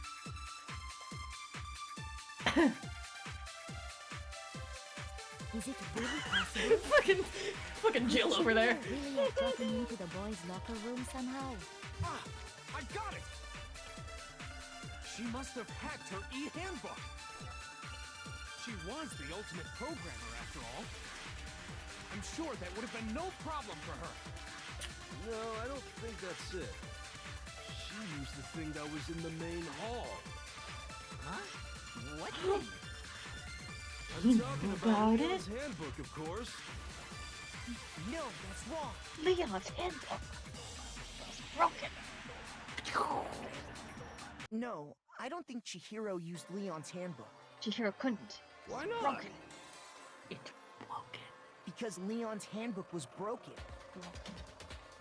Oh. Well, then, yeah, I guess that'd be pretty impossible, huh? God, he's so stupid. He was so onto it, though. He was there. I am struck silent by how quickly you gave up. I love him so much. It's okay. It's okay. It's Plus, alright. isn't there He's a just a guy. regulation against using someone else's handbook? No, there's a regulation about Oh. loaning your handbook to another person. Actually, the rule states that loaning your handbook is prohibited. It says nothing about borrowing one. Right. In other words, you could borrow a dead person's handbook all you want, and you'd be safe. Yup, yup, yup. Hit the nail square on the noggin. Of course, if it were broken, that wouldn't make any sense anyway. So then, she must have hacked hers, like I said. She used her ultimate programmer skills and... You can't fix an e-handbook. The instant you open one up, a security buzzer starts blaring. So, if she didn't use Leon's handbook, and she didn't modify her own handbook, Maybe Mr. Naegi's initial assumption is just wrong? No, I'm Oh. not wrong. It seems like there's no way she could have got into the boys' locker room. So I guess so. Okay then, I vote for Byakuya. No, don't vote right now. Kiyotaka, shut up. Close your mouth. So. We're gonna die. Chihiro was killed in the girls' locker room and Byakuya's the one who did it? Really? How? Oh, hang on. Okay. Guys. Guys. I'm... Okay. Talking about to shake these teenagers. Guys. Let's walk through this, guys. If we're saying that Chihiro couldn't have been killed in the boys' locker room because she couldn't have gotten in, then what? And we're saying that means that it's hard no. Why are we not asking how Byakuya was able to get in the girls' dressing room, huh? Why are we? Why? Are we just? Is he a trans man and we just never established it, or are we just? I guess. I mean, obviously, the obvious answer is he could have gotten a girl's handbook who had been dead, but we just revealed that information. They didn't know that a minute ago, and also. Again, why would he offer us the information about that being a possibility if he would have done the crime? I don't think he did the crime. Why did he fucking... I'm putting a pin in that. I'm going to yell about that later. We're going to address that after we solve the murder. But also, anyway, trans-mass Byakuya just for me. Trans-mass Byakuya just for you. Anyway, Hold on a second. Kyoko's got you know what happens. Kyoko's got the brain cells. Are you about to drop it? You're about to drop the bomb. I agree with you, though. We're reaching Act 3 now. Track. What the? You finally decide to open your mouth and that's what you've got to say? Yes. There's no way she could get in the boys' locker room, right? So... Why are you so sure she couldn't get in? There's still one other way she could have gained access. What? What are you talking about? What other way is there? Well, to explain that, why don't we take a little break from the trial? I'd like you all to come see something. I'm trying to, watch everyone's reactions and figure out, but I cannot... No one's... Wait, Actually, I'm gonna throw you in the river. What do you think you're Derailing doing? this whole fucking trial just for whatever the fuck you were doing. Don't worry. This'll make the whole trial more exciting. I'm sure that thought must please you. Huh? It'll make things more exciting? Well, all right then. I declare an official class trial recess. Huh? For real? Now then, what is it you want to show us? It better not be boring or I'll be very unhappy. Oh, I have no doubt it'll meet your lofty expectations. So, shall we go? Where we going, Kyoko? Okay. So before I knew what was happening, the class trial had been put on hold. We headed off with Coco in the lead. And where she took us was... Kyoko? Kyoko, my baby girl. Kyoko, my favorite, best girl. Kyoko. The girls' locker room? Are we about to violate a dead girl's privacy? We've already searched this place top to bottom. What are you trying to pull, Missy? He says things sometimes and I just have to hold him. And then I shake him. And I'm just like, you're my favorite. I'd like you to examine the victim's body one more time. You want to check it again? Could you not just? Be sure to could you not examine just the say entire it? body very carefully. Take your time. Could you not just say it, please? Examine her carefully. Like no, not you. using Go our away. hands? Get out. Go walk out the room. Be gone. You're not supposed to be in here. No way!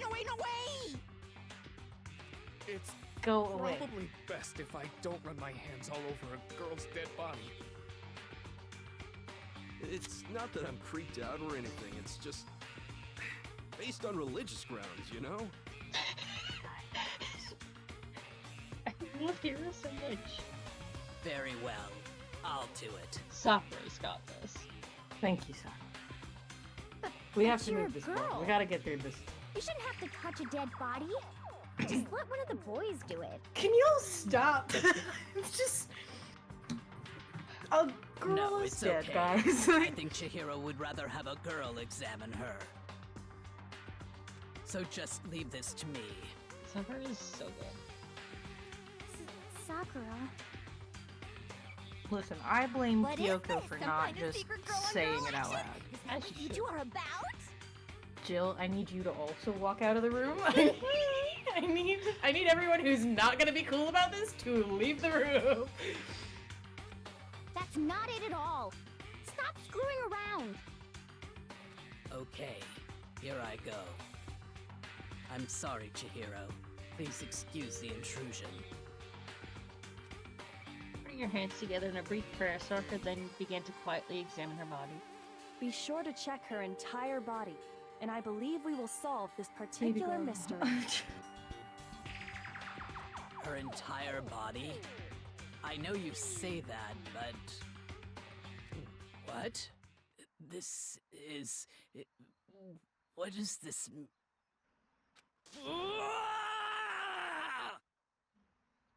Alright, calm down. What is it?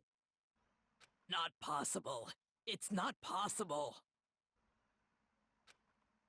Sakura's eyes were staring wildly at Chihiro's lifeless form. Her massive frame trembled. This girl is... Is what? Again, warning for not the best handling of trans identities, genders, and attitudes toward that. Is a boy! Oh, wow. What a revolutionary concept. Wow. Ah, I see. So she was actually a he. Interesting. Thank you for confirming this fact. I knew So this is what they Chihiro were is my gonna favorite do, girl. I will continue to refer to her as such. No one can stop me. What? You're joking, right? I love you so much, Chihiro. I'm just going to assume that you are just like, I thought everyone knew this. I'm choosing to believe Like, it too. what is this reaction for? I thought everyone knew this one. I wouldn't joke about this. She's gonna go Super Saiyan. And it's really true? Well, y'all need to calm down. Chihiro was a guy? No, Chihiro's a girl. Oh, what? You guys didn't know? Heck, I knew that right off the bat. So did Morgan, but Morgan chose not to say anything. Morgan chose to be respectful and not trans-investigate somebody, okay? Chihiro Fujisaki was totally a guy. Was totally a man. Then he was a cross-dresser? Oh, this was really on fire! I wish I had killed him! You're just weird.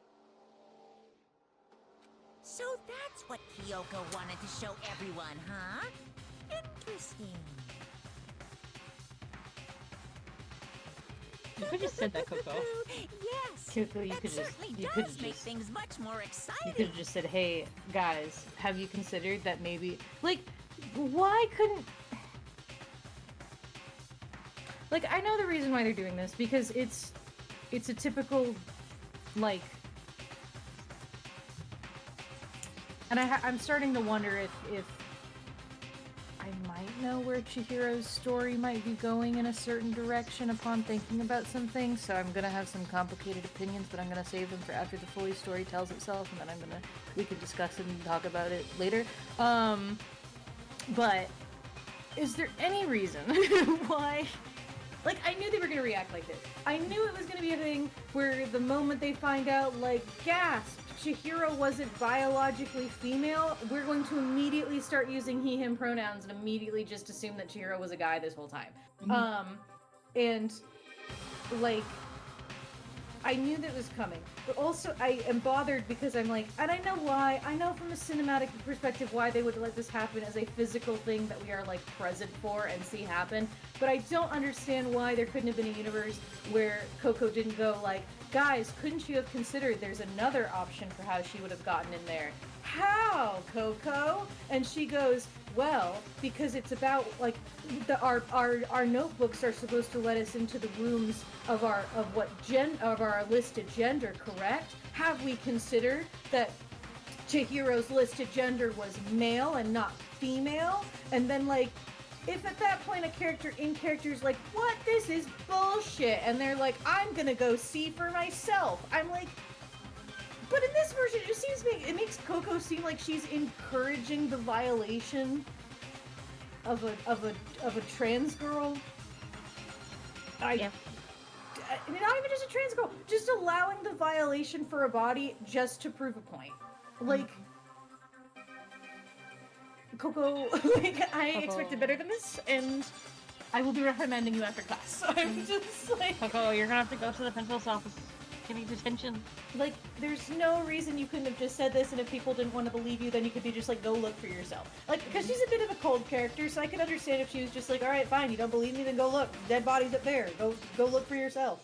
I saw it when I looked at her. Like, I'm just, anyway. Anyway. We continue. Now let's ride this wave of excitement back to the courtroom and get back to the trial. Okay, I do apologize for keeping you I was waiting. gonna say, I'm gonna get a little bit. Let's resume the class trial. My face hurts from screaming at fucking Byakuya. So We'll I'm gonna get go up get and a we'll little have a little walk. And we'll get some more water. Refresh my water. More we walk? Yeah, We'll be right back after this brief break from my set.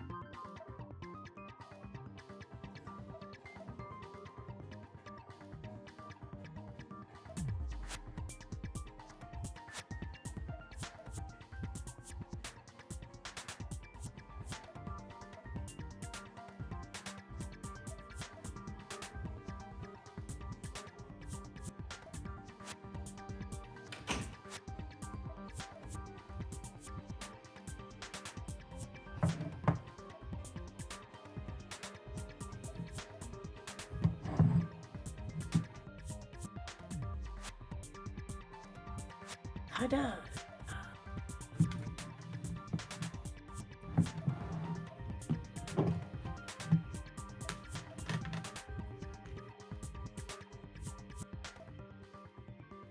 Oh, actually, hang on.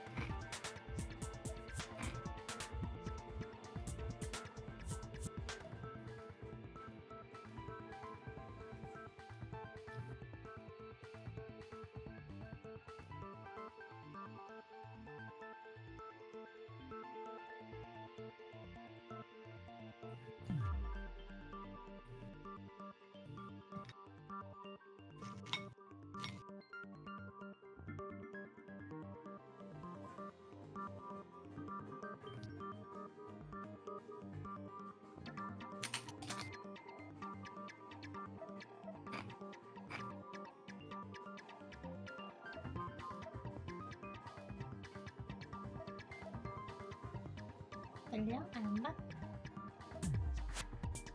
He's not getting over the look at that is okay. So, Shadow, thank you for the follow. I missed that earlier. I'm sorry. I'll figure out how to fix up my alerts eventually. Hello, Markin. Hello. When I was getting my water because Franklin was sitting at the table right in front of my puzzle that I done, and it was like, "Aw, Franklin done my puzzle." So smart. Oh, little guy. You ready? I am ready. I am braced. Braced for the bullshit.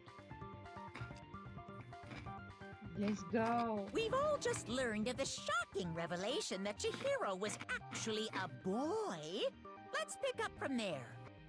Yes, well, I don't know his reason for hiding it, but the fact is, Chihiro was not a girl, but a boy.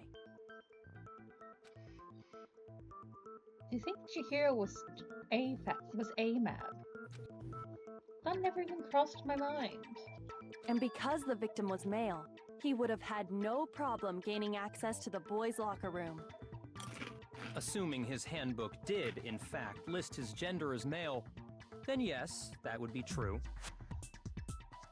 Of course his handbook said he was a boy. He dressed like a girl, but he was a boy through and through. Mm-hmm. AMAB, yep. Mm-hmm.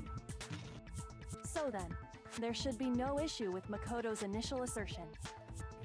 The victim was killed in the boys' locker room, and was then later moved to the girls' locker room. And the killer could have easily used Sayaka or Junko's handbook to get into the girls' locker room. So, Chihiro really was killed in the boys' locker room? Yep, gotcha. I still don't understand the motive for moving the body, but yes, that does seem plausible. Well, I must admit, I did find it rather odd. I knew he felt a little off. There was a certain incongruity to his female body. Shut up. This is the most titillating situation!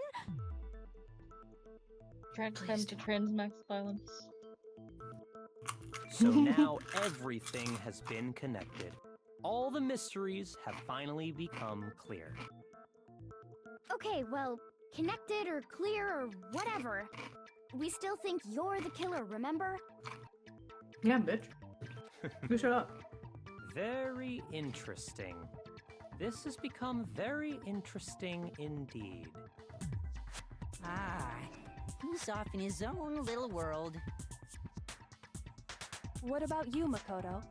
After everything we've learned, do you still think Byakuya's the killer? No. No. I think he's gaslighting us. I could not possibly begin to fathom why. Chihiro's death looked like Genocide I think Jack did it. Yeah, I think... I don't know what game he's playing. He didn't murder her. But... he is a weirdo. And I want to throw him in the lake. But I think he might not actually be the killer after all. What? But aren't you the one who accused him in the first place? He just seems to be too easygoing about all this.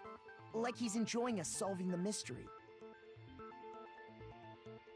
The way he's acting, it makes it seem like it doesn't have anything to do with him. And you think that might be because it doesn't have anything to do with him? Plus, the evidence he left behind was a little too... how can I put it? Overt. He consciously chose to use the extension cord, knowing it could connect him to the murder.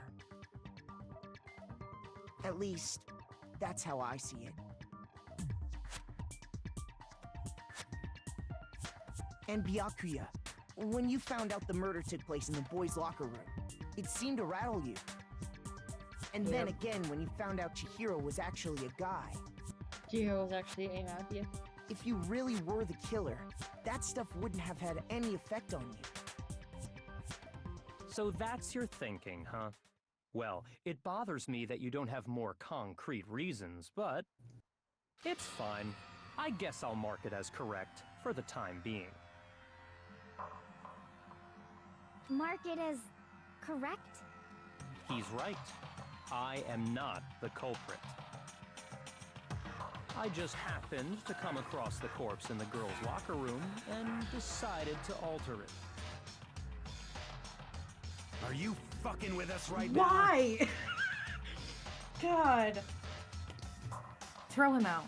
Throw him in the river. Oh, I love him! No, I am not He's my favorite. effing with you right now. I'm He telling can't you even the say the truth. word. Can't Well, I find it very hard to believe. I know, Taco. Go ahead. Find it very hard to believe. You're free to be executed along with the rest. Why? I love him so much. He's such a cunt. What possible reason do you have to do this? If you're really telling the truth, then why? Why do you do that to his body? My reasons hardly matter right now.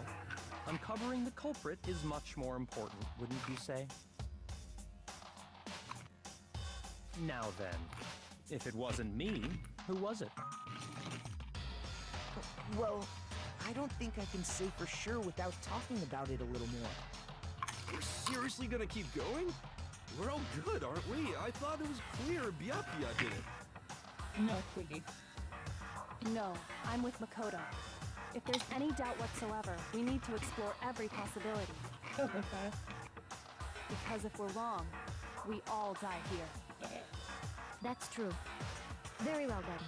I'm Listen, with you she's on too. my shit list right now, but she's right. My girl is right.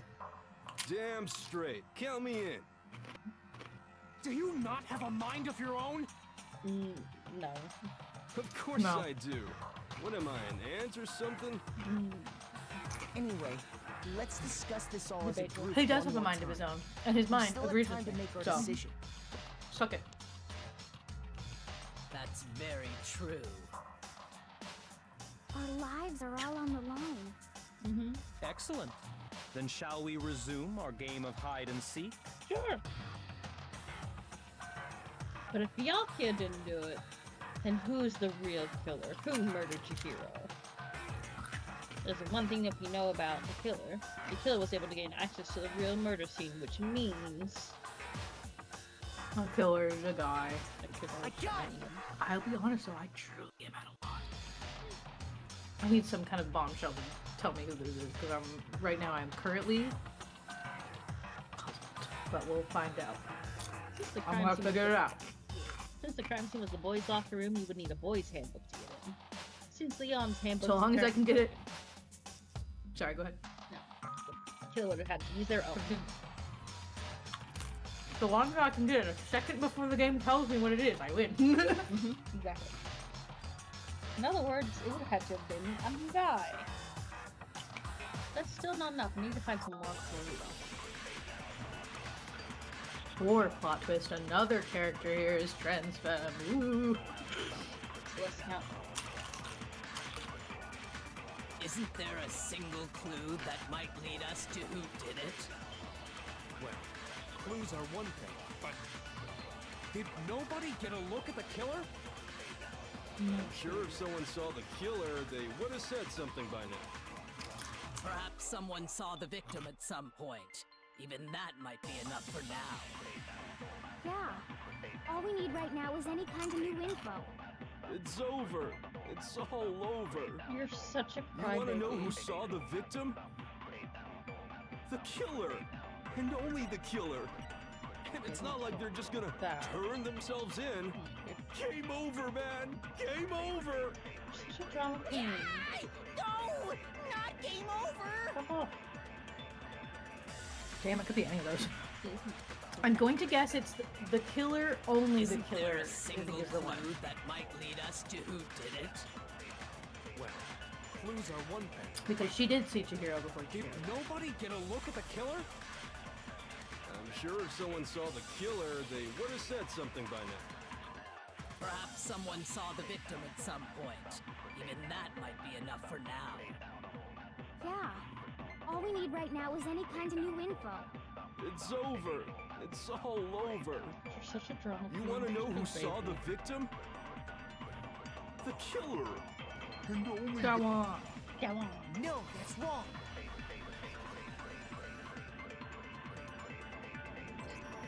I believe someone else did see the victim before he was murdered. What do you think, Celeste? Now that you mention it, yes. I did see him. Huh? Really? Oh. What? The but killer? I suppose only Makoto knows You saw about him, the this. killer? Him? He? Him. Not she, the victim? The rest of you had no idea, did you? That is why you're all making such ugly noises. God, I hate you so much. Whatever! Just hurry up and tell us! It was last night, right before nighttime. I saw Chihiro in the dormitory warehouse. I saw him stuffing a track jacket into a duffel bag. And then, I assume, he headed off to exercise. A track jacket and a duffel bag? But we didn't find anything like that at the murder scene. It seems likely that the culprit destroyed them to get rid of any evidence. And that is when he said something that struck me as rather odd.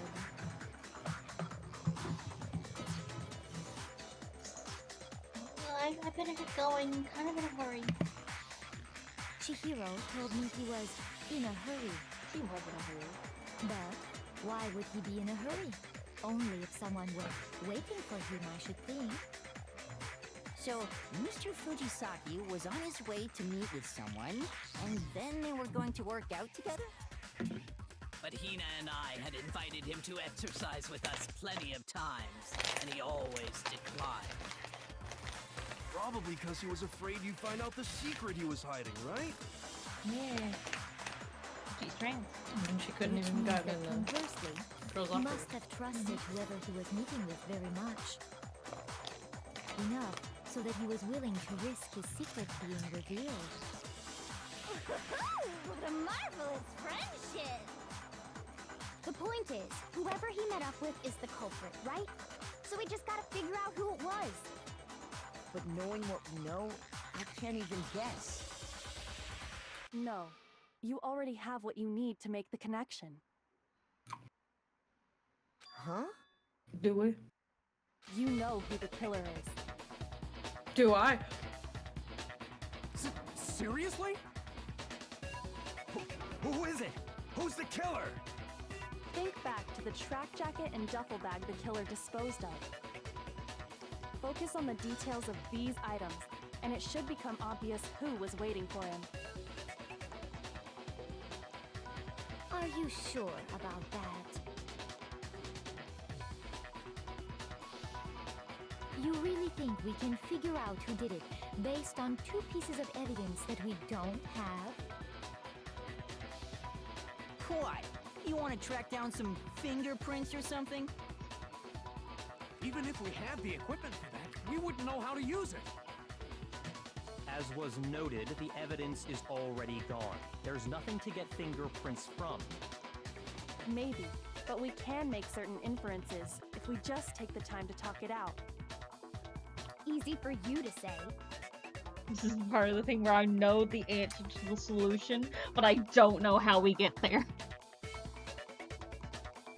So I'm just going along for a ride. Like, I don't know how we get there, and I don't know the solution, so... Did you notice anything special about the bag or jacket? I'm gonna figure this out. I'm gonna... For once, I'm at the same point in the game as they want me to be. So maybe with my brain, maybe I can do it. Maybe I can get you the secret, I can get you the step there to the answer I don't know. The bag was just a normal duffel bag from the warehouse. All the bags in there are the same, so I can't imagine what would make that one special. Well, if I remember right, there was a decent variety of tracksuits to choose from. Do you think there might be some connection between the culprit and Chihiro's jacket? Perhaps. Let's explore that and talk a bit more about the jacket he took. Does Chihiro's track jacket really hold some clue about the killer? Somehow it's really hard to believe. Save me Skittles, give me intelligence, give me strength. Celeste's account. Just that she saw him. Can we review that account real quick, just so we can, like, think about it? Like...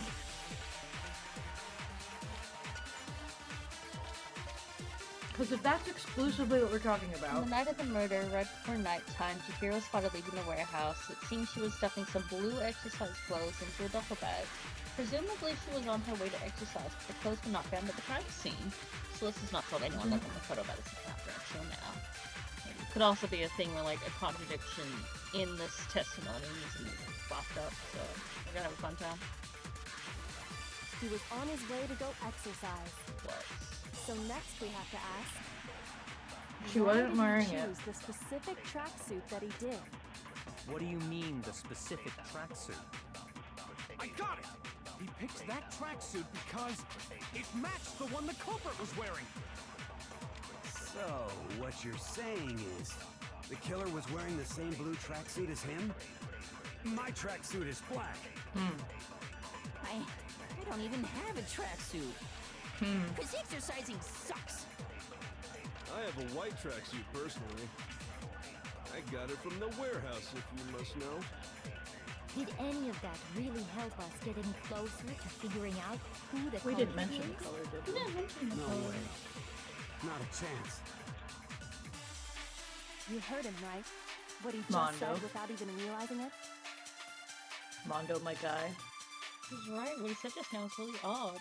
How did he know something like that? First of all, I gotta we figure know out what that Chihiro evidence was smacked headed. into him. I He think was it might on just his be way to go Celeste's account. exercise. I think it is. I mean, that's the only one we have. Why did he choose the specific tracksuit? It would be because that she's he the one did? who mentioned just the blue What do you tracksuit. mean, the specific But no one else knew about that other than us. No one knew about the color. He picked that tracksuit because it matched the one the culprit was wearing. Mondo? So, what you're saying Mondo, my is, guy. the killer was wearing the same blue tracksuit as him? No, that's wrong.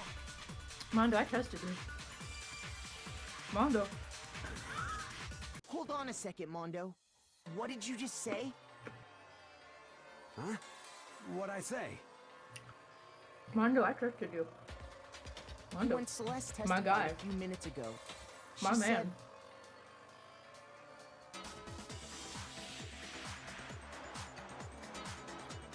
I saw him stuffing a tracksuit into a duffel bag, and then I assumed he headed off to exercise. She never said anything about the jacket's color. So why did you say Chihiro's blue tracksuit? What are you just... Hey, Celeste. Mondo. What color was Chihiro's tracksuit?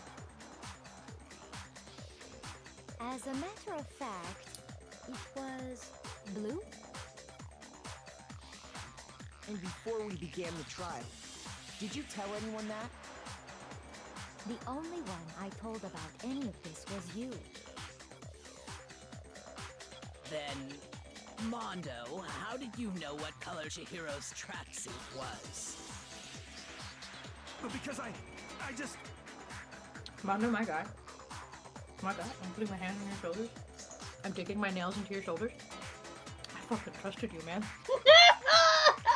I was on your side. I was making arguments about why I thought it couldn't be you.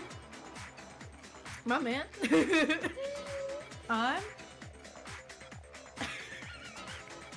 First Byakuya gaslights me, then Coco has to be transphobic and insensitive to a dead body. And now you betray me? I can't trust anyone anymore. Mondo.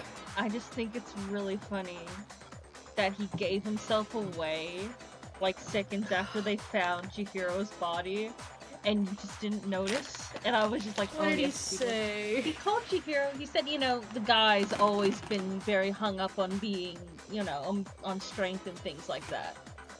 When Mondo doesn't call any of the girls that. Listen, I call people guy, gender neutral. I know, but Mondo doesn't. I know. I love you so much. No. Mondo, I trusted you. Mondo. I'm sure he saw the clothes at some point in the investigation. No, Taka. I know that's your best friend, but no, that can't be. Taka. I'm so sorry, Mondo. He betrayed both of us, Taka. He betrayed both of you. He betrayed both of us, Were Taka. sure disposed of by the time we began our investigation. So, who do you think the broken e-handbook belongs to? Probably Mondo. And how do you think it got broken?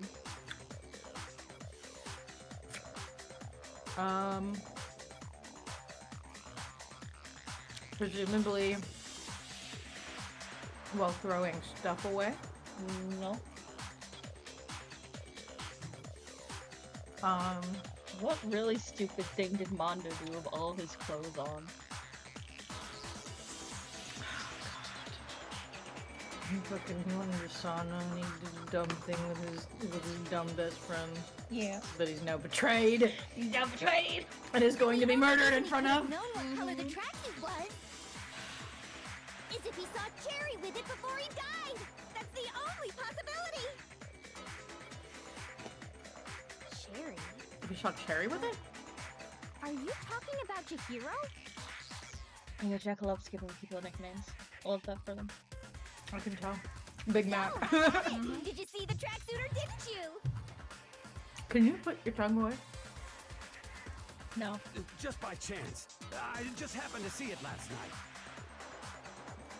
He walked past me. Mondo. And he was carrying the tracksuit in his hands. Mondo. It was in a duffel bag. No, that can't be it either. According to Celeste's testimony, I trusted you. She stuffed the jacket in her bag in a hurry. It was almost like she was trying to hide it. And just like that, she was gone. when Celeste noticed it, Chihiro made a point of making sure the jacket was completely in the bag. If you just ran into him briefly, you couldn't possibly have seen what color the tracksuit was. Yeah. It would appear you've dug your own grave. You know what I bet? What? I think thinking about it back at it, I think I did pick up on the fact that he said, like, the guy, like he called Chihiro a guy. Mm-hmm. And I think I noticed it, and I think in the back of my brain, this was before we had the revelation of that, and so I think in the back of my brain I was just like, oh, is that more evidence that Chihiro might be trans? And then, like, I think I literally blocked it out of my brain because I didn't want to believe Mondo would have done such a thing. You gaslighted yourself. No. No. Mondo, how could you do this to me? Mondo, how could you? Perhaps. Everyone's betraying You me handed today. him the shovel, didn't you? That's why you said what you did. Focus on the tracksuit and it'll be obvious who he met with? What a bunch of nonsense. You're gonna, sweetheart. Morgan's gonna throw you into a river.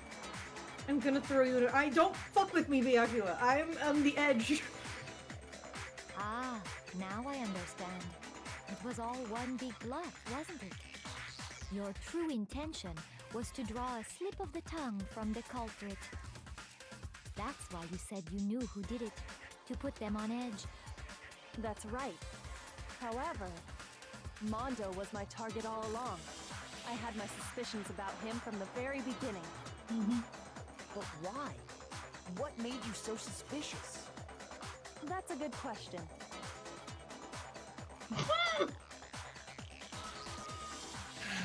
Because I hate him.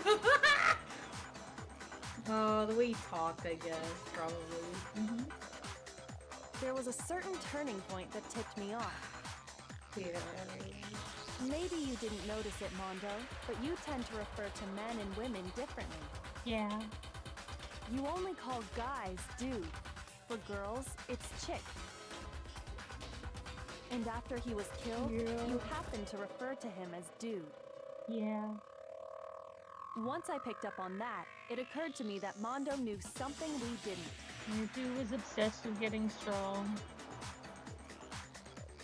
You notice such a tiny detail? Yeah. Are you a witch? She's a witch! You're positively frightful! No, I'm not the frightful one. Not nearly as frightful as someone capable of murdering a friend. Yes. How could you?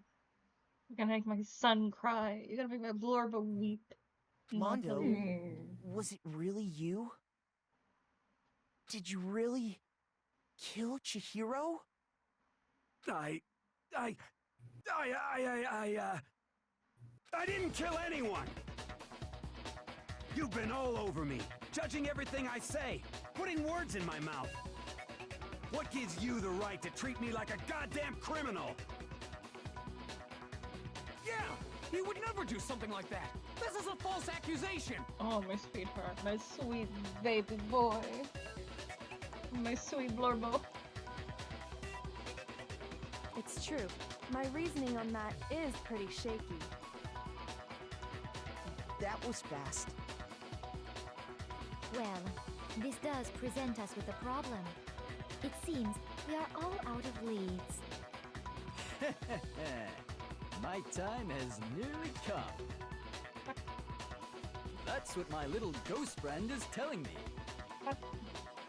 Why are you weird? Why do you like this? Oh yeah, that reminds me. Hifumi, weren't you telling me you found some evidence? Morgan's died. Mondo's betrayal has murdered him. I'm dead. Really? I'll never recover What from kind this. of I'll evidence? never recover. I'll never recover. Actually, now that I'm thinking about it here calmly, it might not be all that relevant. It's probably relevant. Jeez, does your confidence just get up and walk away? It's fine, man. Just tell us. If you really insist, then... here it is. What do you have there? It happens to be an e-handbook. I found it laying on the ground, so I scooped it up. Whose is it, Hifumi? Gotta have the ground right that it must belong to Chihiro. I got it! We know Chihiro's handbook was missing from the scene of the crime, right? For a fact. For a fact indeed. I was totally sure I'd found it. Then it must hold some clue about the culprit, right? Well, that's what I was hoping. But it's busted. It won't even turn on. I imagine the culprit broke it to get rid of any evidence after the murder. That's odd. I didn't think the handbooks were quite so fragile. It took it into Sonic to destroy him. You're right. They're Oh, not. no. They're totally waterproof and shock resistant. It would take an awful lot to break one. And yet, this one does appear to be broken, as is Leon's, sitting useless in the main hall. For all your confidence, that is a remarkably high failure rate. Do you think there might be some kind of mystery in there somewhere? Yeah. How precisely did the handbooks get broken? Yeah. How did the handbooks get broken? I don't know one possible explanation. Me. Yeah, good point. I got it! You already told us before that the handbook has one weak point, didn't you? Yeah! You remember that? Sure, maybe I let that slip, but I never told anyone what the weak point actually was. It's alright, someone found it once, they can find it again. But if the handbook is supposed to never break, and two of them broke in quick succession, then we can only assume that someone's figured out its weakness. You know what the weakness is, right, Monokuma? So, what is it? Huh? You're asking me? I think it's a necessary piece of information if you want this to be a fair trial. But if I tell you, and someone else decides to copy it, that would be very not good. Just tell us already! Why would we want to break our own handbooks? Oh well, I have a weakness for pushy demands. But you're sure you won't follow their example? Yeah. Then allow me to make Sure. a special announcement. The weak point of my cutting-edge e-handbook is... when it's exposed to high temperatures for too long, it will suffer a meltdown and totally break! Yeah. I flippin' knew it! You knew it? yeah, because I found the handbook laying on the floor of the sauna. Yeah. The temperature in the sauna can reach over 200 degrees. Strange how you don't get burnt, huh? It's because as your sweat evaporates, it creates a cooling layer of air around your skin. If the hot air of the sauna were somehow pushed directly onto your skin, you'd definitely get fried. That layer of air would get blown away. That's why you may feel a burning when you move around. So when you're in a sauna, make sure to keep nice and still. Wow, interesting. I learned one new fact today. I love you so much. You're such a... Okay, I'm gonna eat you. That is a mere trifling speck of knowledge. Shut up. Anyway, if you found the victim's handbook in the sauna, then the killer must have been purposely trying to raise its temperature in order to break it. Meaning the culprit somehow knew its weakness. But how'd they find out? Monokuma said he didn't tell anyone, right? Indeed. Quite the mystery. What if they found out by accident? What do you mean by accident? What if the killer took their own handbook into the sauna, not knowing its weakness, and it broke? They'd realize it was broken, of course, and it wouldn't be hard to figure out why. Yeah. And once they had Chihiro's handbook, they knew they had an easy way to dispose of it. Yeah. I won't say it's not possible, but who would have done something like that? I don't know of anyone who took their handbook into the sauna. I might know someone who did. Yeah. Whoa, seriously? think the one who may have taken their handbook into the sauna was...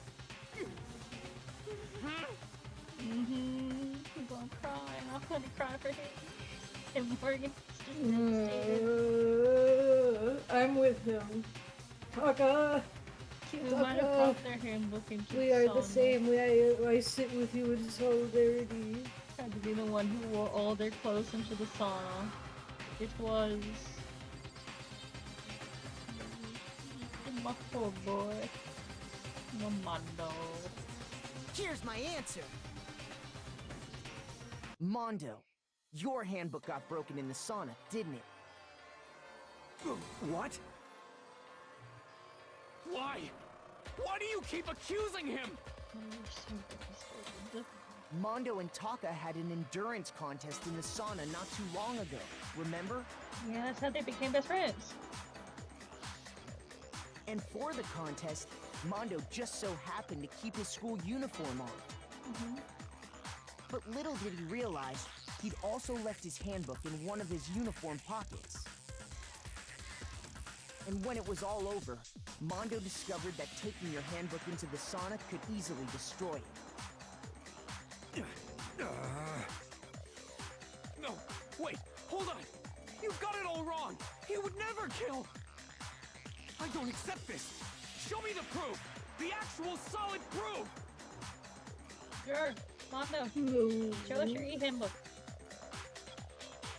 I don't want to believe it either, but I found something that proves it beyond a shadow of a doubt.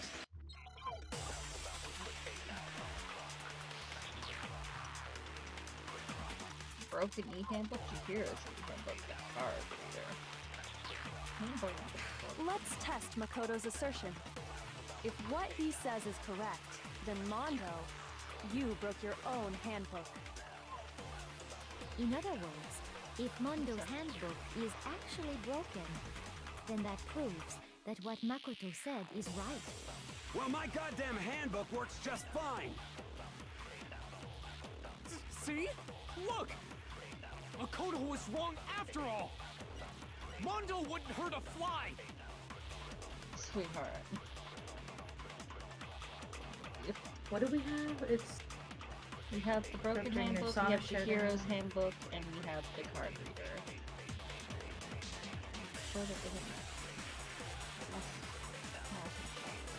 Must be Let's Leon. test Makoto's assertion. So probably the broken e-book on him saying, look at I have my handbook and it works just fine. Handbook. In other words, if Mondo's handbook is actually broken, then that proves that what Makoto said is right. Well, my goddamn handbook works just No, that's wrong.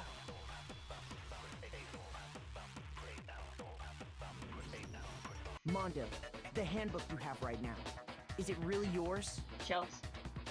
The fuck is that supposed to mean? The broken handbook that was in the main hall. Isn't that one actually yours?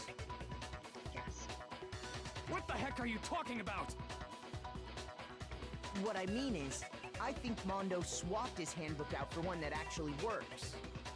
I think he took Leon's handbook and replaced it with his own. After all, Monokuma said himself that Leon's handbook never should have broken. That's right! The punishment it suffered wasn't nearly enough to destroy it. So then, the broken handbook in the main hall is actually Mondo's.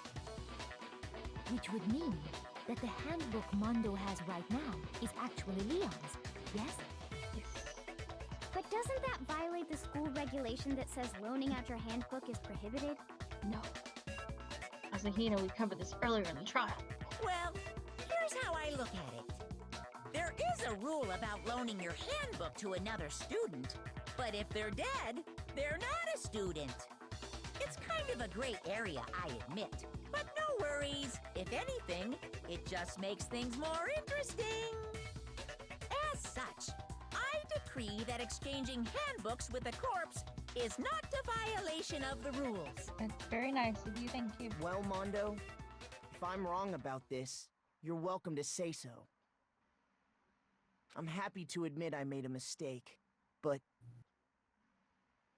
Son of a bitch. What's wrong, bro? Come on! Tell him he's wrong! You are wrong! You have to be wrong! Everything you just said is wrong! You made it all up! No. Okay, then why don't we look back on this case one more time, from the beginning? That way, everything will become clear, and we'll all see if I was right or wrong.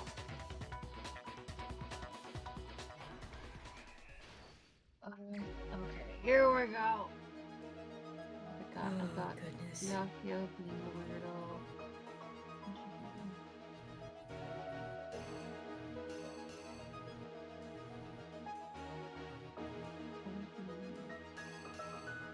This is the blue one.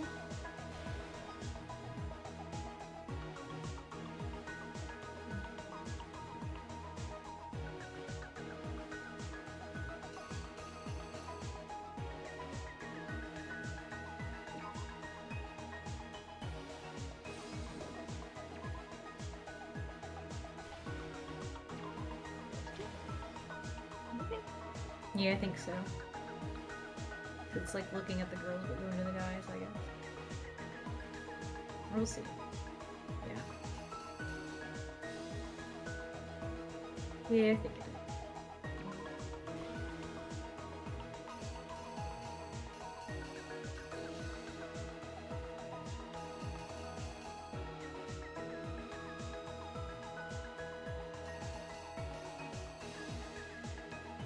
Bloody poster.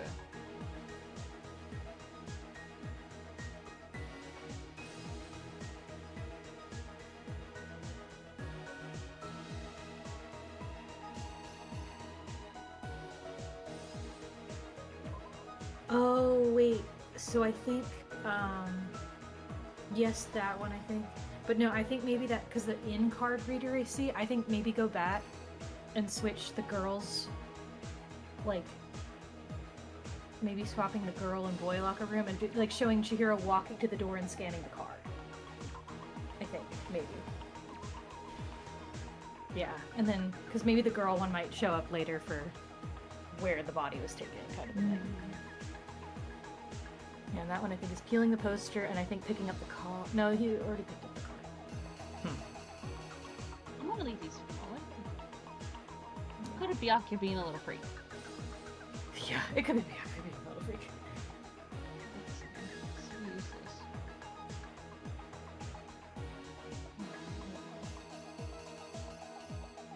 That would be this one. That would be this one. Now, Byakuya, you're such a... Why do you like this? Why do you do these things? He's so crazy. This one.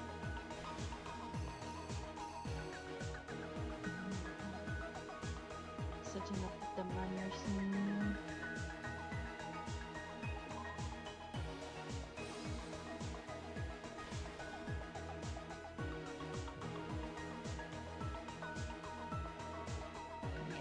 Girl. Yeah. Okay. Here's exactly what happened. First, let's take a look back to before the incident. Man. Last night, Celeste saw Chihiro in the warehouse, correct? At the time, she was apparently stuffing something into a duffel bag. That something was a blue tracksuit. You can confirm this, right, Celeste?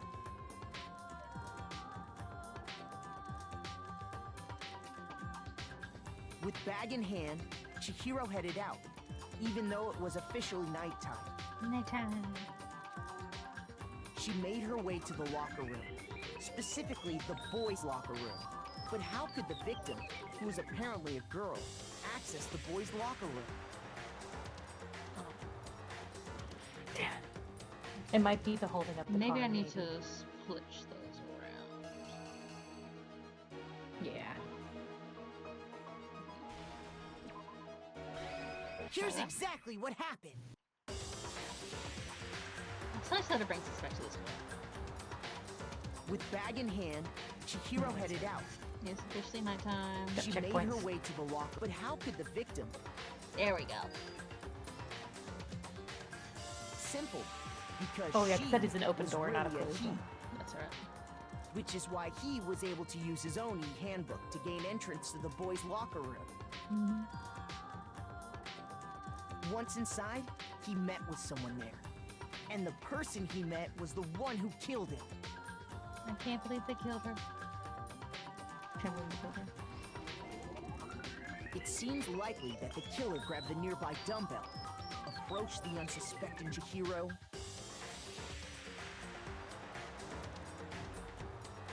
and attacked him. How did they kill her like this?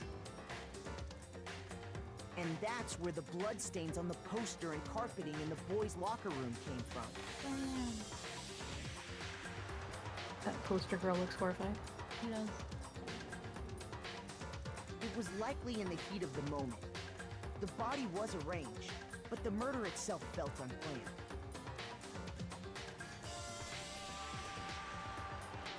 Which is why the killer hurried to try and hide the act.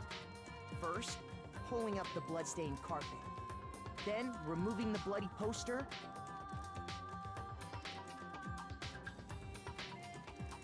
And finally carrying the corpse into the girls' locker room. A girl's handbook was necessary to get into the locker room, of course. Or you got Junko's or you got Sayaka's. But this alone doesn't prove that the killer was necessarily a girl. After all, Sayaka and Junko's handbooks had been placed in the main hall. Using one of those, a boy could get into the girls' locker room without much problem.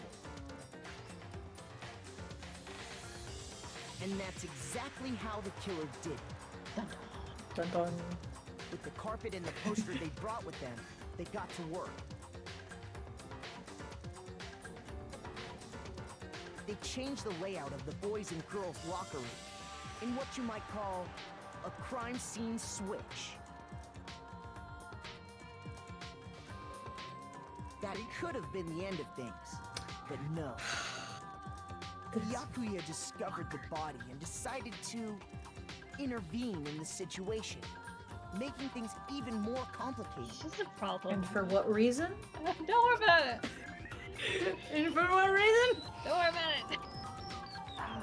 So, after stumbling on the crime scene, he went and grabbed the extension cord from the library, and then he got to work. This fucking guy. This fucking guy. He used the cord to string up Chihiro's lifeless body.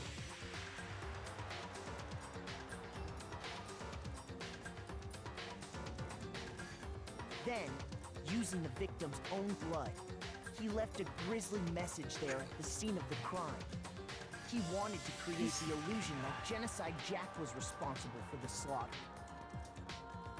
Don't worry about it. I'm gonna throw him in the lagoon. You can't throw him And in the around lagoon. the same time that Byakuya was putting together this facade, My baby boy. the killer, having already disposed of Chihiro's bag and other belongings, arrived at the sauna. There, they planned to destroy I'm the scared last because piece if of this is how evidence, convoluted the Chihiro's second handbook. case is, I'm horrified for what the rest of these cases are going to be The like. third one is going to be such a problem. I'm so sorry in advance. Oh, goodness.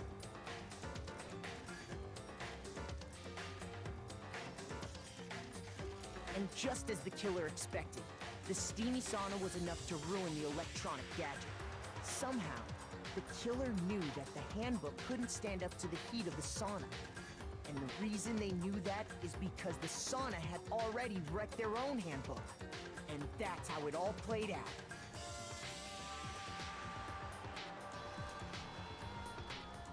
Isn't that right, Mondo Arata?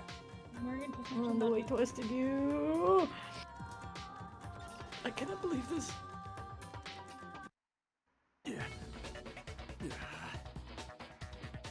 Wait! I cannot. No! This can't be right! Where's your evidence? Yeah! Where's your evidence? Dangan, I know. We're both upset, man.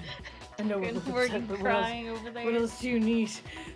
What else do you need, man? Everything. Listen, we're in the same boat here. You need evidence. You need proof. Sweetheart. Without any proof, you can't pin any of this on him. Baby, I know. If it was Mondo's the killer that already revealed itself earlier in the trial, if I can somehow show where Mondo's handbook is right now, once I do that, everything will become clear. New elements. No, don't add new elements. Let's take a little bit, talk about fever time and Nick. I don't know. If I press the space key, fever time will activate and the tempo will be forced to the map. At this point, if you push the buttons at random, you won't miss. So you can push the or want to destroy the room's verbal assaults. Only last to my focus gets test, better make the best use of my time. First and fair, only I got access to session time, so it's one called talk about phone use. Oh no!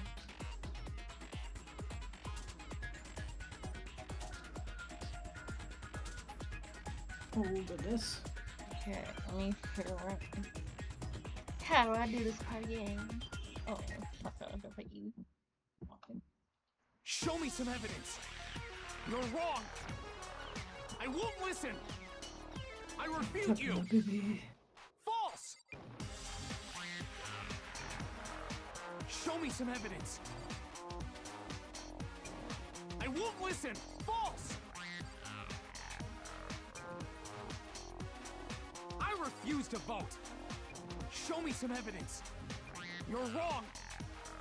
I won't listen. I refute you. False. Show me some evidence. I won't listen. False. Show me some evidence. This should prove it. I'm sorry, buddy.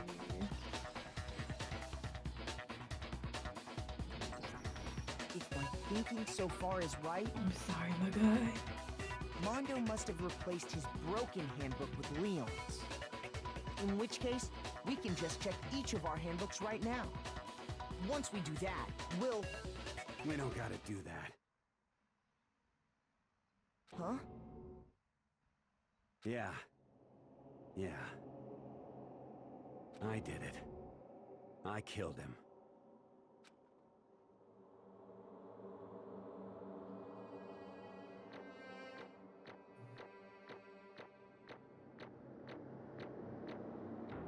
Oh, man.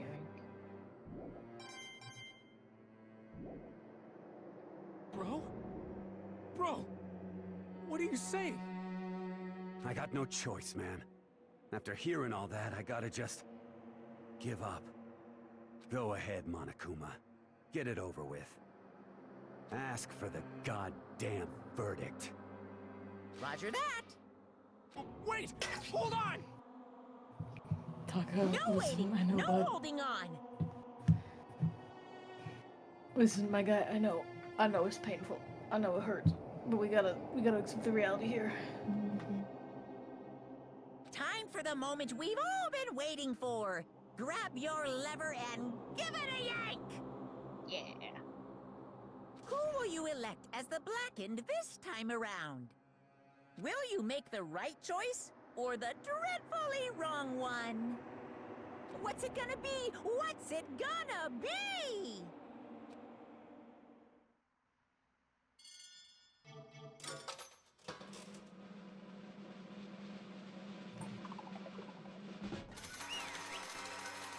Boo. Mondo. Yeah. Mondo, my guy. What? Uh-oh. This time it looks like you got it right again. Yes, it is so. The Blackened that killed Chihiro Fujisaki was Mondo Wada.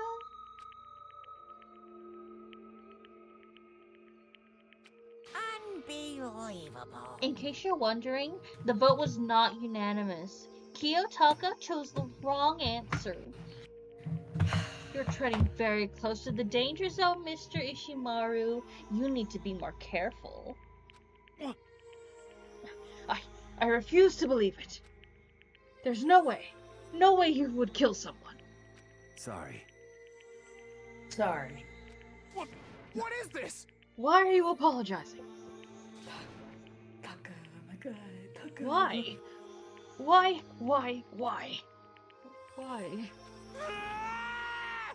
Why did you do it? Such a gross sobber, my poor son. Yeah. He's just like me, for real. He and Polar are shaking hands right now. Both our Blorbos, ugly criers. It's a requirement of the Blorbos. Well, it looks like Mondo's taken a vow of silence, so allow me to explain on his behalf. Actually, the story of the murder this time is the sad story of two men. Oh, but for anyone who doesn't really want to hear it, you can hit the curl key to fast forward the text. I don't know what that is on the controller, so we're stuck here anyway. Oh no. Anyway, there was once a young boy, and his name was Chihiro Fujisaki. This was before he transitioned. Yeah. There was an inferiority complex regarding Chihiro's own lack of strength. You're so weak, even though you're AMAB. Chihiro had heard things like this for as long as they could remember. They couldn't overcome the weakness. On contrary, I'm just gonna have to eat. This is awful. On contrary, she tried to hide and bury herself further and further into that weakness. To take on the fragile form of petite young girl. Yeah, so, remember when I said warnings? This is a bad time. Spike Chunsoft, why you do this to me? She chose that as her way out. Now nobody will be able to say anything about even though you're a boy. But no matter how tightly you wrapped yourself up in that shell, the inferiority complex had already taken root deep inside you, and it was not so easily weeded out. As it turned out, the shell was completely empty. The complex didn't disappear, instead it only grew stronger and stronger. I'm weak. Weak, weak, weak, weak, weak, weak, weak, weak. Once the killing game had begun at the school, he had no choice but to accept this fate. After all, this world is survival of the fittest. If you're not strong, you don't survive. And then the lovely and hateful Monokuma announced the revelation of the embarrassing secrets. Which of course included Chihiro's embarrassing secret, which I was more than willing to divulge. I will destroy the trans identity because I'm a little evil bear. Even though she dresses like a girl, Chihiro is actually AMAB. Hey, And that was something Chihiro couldn't let anyone find out, no matter the cost. And what's so weird about that? If that was revealed, it would be the end. The hardened shell would crack, the armor would fall away. Without a doubt, those around her would torture her more than ever before. Everyone figured being thrust into such a dilemma must have sent her spiraling into despair. What? And yet... I'm sorry. Sorry, I don't really want to talk about it right now. But I also don't want to leave things the way they are, so maybe I can talk about it later. After I try my best to become strong, then I can tell everyone. Annoyingly, she used the thread of discovery to motivate herself to become stronger. Boo. That's right. Now's my chance. I want to change. I'm going to get stronger and accept who I am. Strong enough so that when someone says, even though you're a boy, I'll be okay. I'll get better. With that thought at the front of their mind, Chihiro resolved to take immediate action. And so, today she made the commitment to begin exercising. She was prepared to restrain the body and mind. But sadly, that would be the first and only chance Chihiro would ever get at it. Hey, When she decided to start exercising, thought it'd be good to ask for someone's help. But she wanted to tell that person their secret first, and then ask them for help from there. And the person you went to... Yeah, that's right. It was me. Yep, it sure was. The biker gang fella who'd been painfully clear about how important his manly promises were. So Chihiro probably figured that even if he confided in Mondo, his honor would make him keep the secret. Uh-huh. Plus, Mr. Mondo was the symbol of a strong man that Chihiro had always aspired to. Icky. He's so icky, Chansa. I don't like it. Maybe talking to Mondo will give me some courage. So she went and asked Mondo to help her become strong. That was her aspiration. And she thought that only with Mondo's support could she ever be able to come close to that. Correct. So then, that must be why Mondo did what he did, to keep the promise he made to Chihiro. Huh? Did what he did? You mean that's why Mondo carried Chihiro from the boys' locker room into the girls' locker room? Indeed. Yes, that's exactly what I mean. Wasn't it to cover up what he'd done? Certainly. That could have been part of it, but I don't think it was the main reason. The real purpose was to keep the promise between men he'd made to Chihiro. But how does moving the body keep a secret? Because even if everyone knew they'd been killed in the boys' locker room, then everyone would have been arguing about how she got into the boys' locker room, right? Once that started up, at least a few of us would have immediately begun to suspect his identity, so... He tried to protect Chihiro's secret by putting her in the girls' locker room and stealing her handbook. See? Then Mondo did all that to keep the promise he'd made to Chihiro, who he'd also killed. Why? Why would he do that? The more I hear you talk, the more I don't understand. I mean, you guys trusted each other, right? So why? Why did you... Because no matter what, I didn't want anyone to know. I knew it. So that's what triggered it, after all. The possibility of having your embarrassing memories and secrets exposed. What is this? That's impossible. Nothing could have been that bad. Something he didn't want anyone to know, even if it meant killing someone? You're wrong! It's impossible. Don't make me repeat myself. How many times must I repeat myself? To judge others by your own standards is the height of folly. Even if you can't comprehend it, he obviously can. That's all there is to it.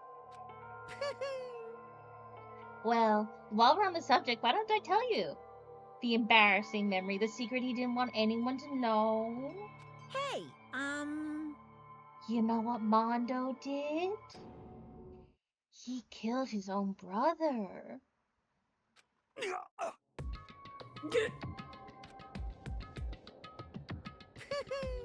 Mondo, the ultimate biker gang leader, makes all the hoodlums and riffraff across the country tremble.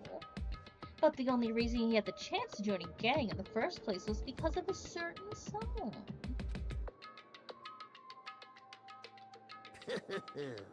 Mondo's older brother's name was Daya Awada. Mondo had nothing but respect for him. It was because of Daya that Mondo even got a motorcycle. Mondo's brother was his only family growing up. He was the only one Mondo could trust or respect. Damn, he's riding that motorcycle real bad. He's doing a real bad job. Daya, you're not supposed to wiggle on the road. Daya, that's not how That's you not ride how you ride a motorcycle. motorcycle, Daya. Silly Daya. He wanted to measure up to his big brother, so he imitated him in everything he did. Mondo was the epitome of the starry-eyed kid brother. Meanwhile, the charismatic older brother had put together a local motorcycle gang. Before anyone knew it, it had grown into the biggest biker gang in the country. Daya, the older brother, number 1 in the gang, and his number 2, his younger brother Mondo. In the beginning, everything was peaches and gravy. But when Mondo started to think about how he would have to take over the gang from his brother someday, his brother's greatness, his reputation began to gnaw on Mondo's very soul. The kid's gonna take over for Daya, huh? Daya created this gang with his bare hands. Mondo's just along for the ride. Can someone like that really be our leader? All that'll do is make the gang look bad. Almost every day, Mondo heard the gossip and whispers of the other members of the gang. Which is why... I gotta get stronger. Stronger than Daya. Once. Just one time. No matter what, I gotta win. Don't fuck with me. I don't care what it takes. I gotta come out on top. And on the night of his amazing brother's retirement ceremony, Mondo challenged him to a street race. But during the race, tragedy struck. The kid calling it Crazy Diamond has to be in reference to fucking... I mean, either directly to the... It's either a reference to JoJo, or it's a reference to, like, the thing that Crazy Diamond is obviously a reference to in JoJo. But I'm only thinking about that especially because, Daya from the back looks like Josuke. He does. That's why listen, I saw him and I was like, oh yes, Josuke. Yeah, and I was like, yeah, Crazy okay. Diamond. I bet it totally is. I bet that has to be on purpose. Anyway, just have to put that out there. I'm just staring at it right now. It all comes back to Homestuck, it all comes back to JoJo. It all comes back to JoJo. All comes back to JoJo Homestuck. The kid brother pushed ahead with reckless abandon, eager for victory, and dashed into oncoming traffic. But suddenly... Bam!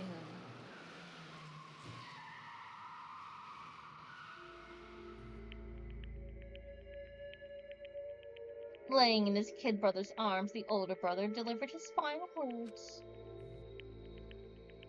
My bad, kid. Fucked up. Sorry. Of course he knew. Sorry, man. Whoops. Whoops. Whoopsies. Yummy. Of course he knew it was his brother's fault, but Daya never blamed him for what happened. Hey kid, rest is up to you. No matter what, you gotta keep the gang together. Because it's the team you and me put together. It's a promise between men. Bye, Natsuke. Bye, Josuke. He decided to hide the truth of what happened from everyone else in the gang. In order to keep the gang together and keep the promise to his brother, he could never admit to anyone that it was his own weakness that caused the accident. And as a result, the team was made even stronger under the banner of the kid who'd bested his big brother. Daya was gonna lose to his kid brother, so he got stupid and got himself killed. That became the explanation of what happened. Mondo's lie became the truth. He wanted to leave the team so bad, he was willing to tell all kinds of lies about his brother. I'm strong. Strong. And yet... Oh, let's see. Sorry. As soon as our killing game began, he realized no matter how tough he pretended to be, he was just another weakling that could die in an instant. And then the lovely, hateful Monokuma announced the revealing of the embarrassing secrets. At that point, it was clear I would have no problem shedding light on his secret. Mondo killed his own older brother. No matter what, I couldn't let the other gang members find out.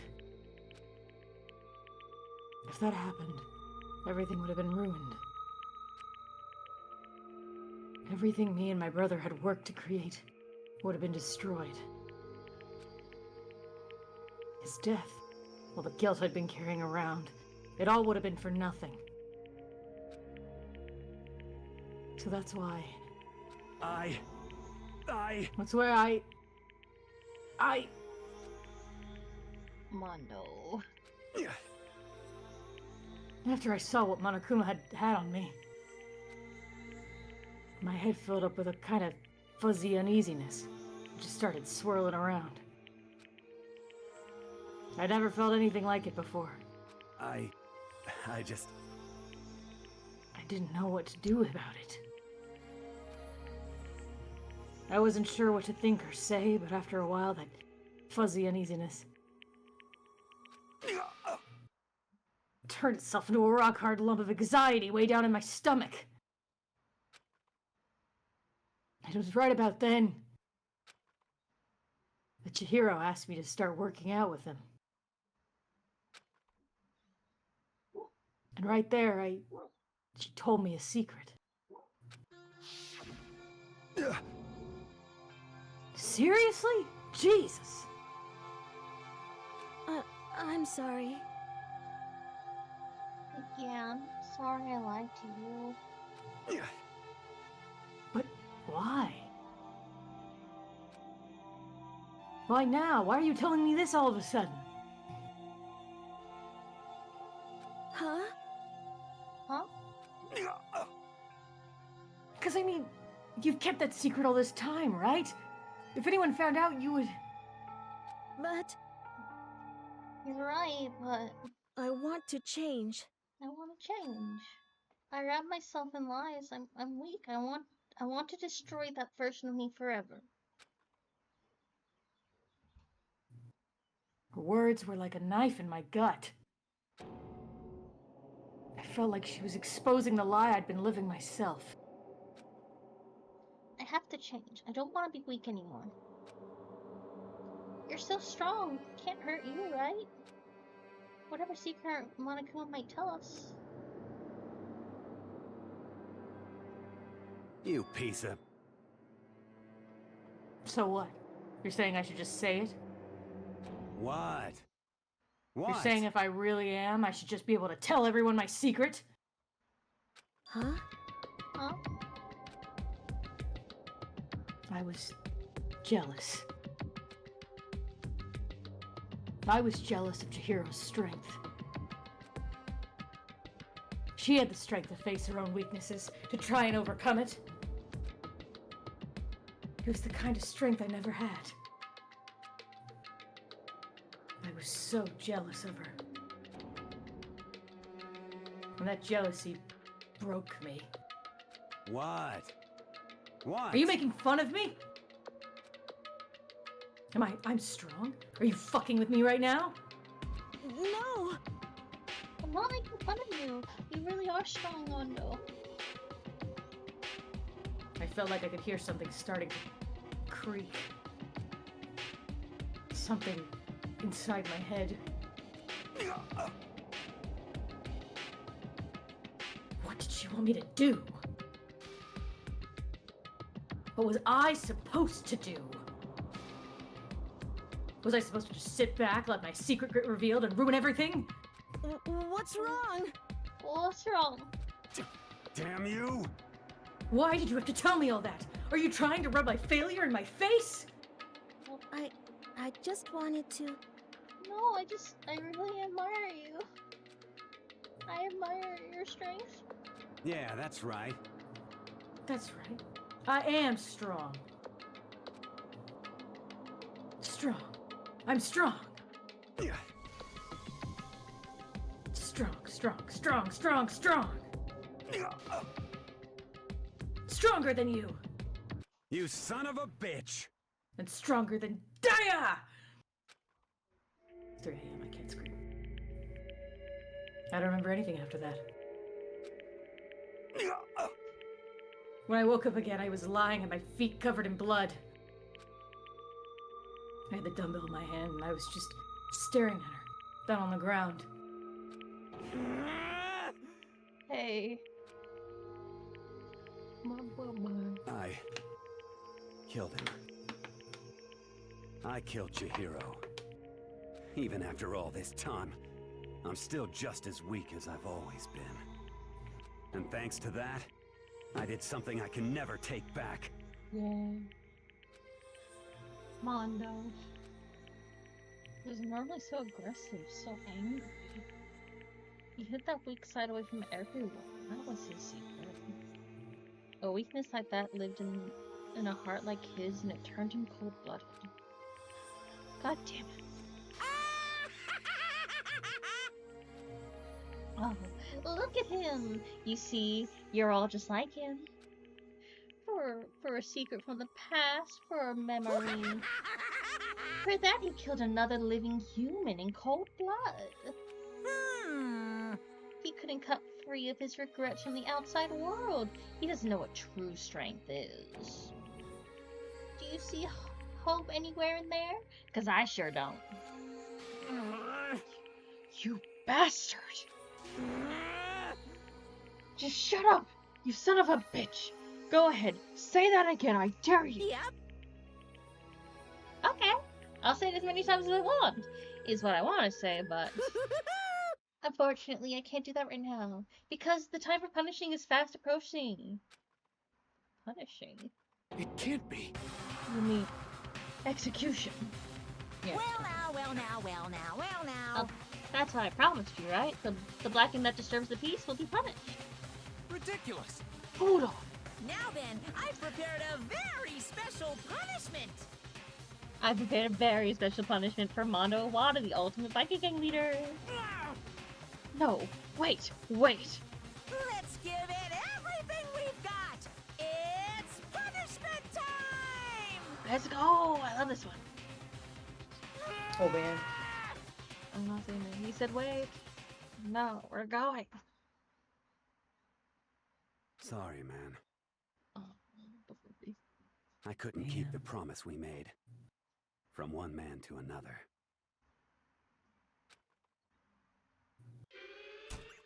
Yeah, let's go! Mondo has been found guilty. Time for the punishment.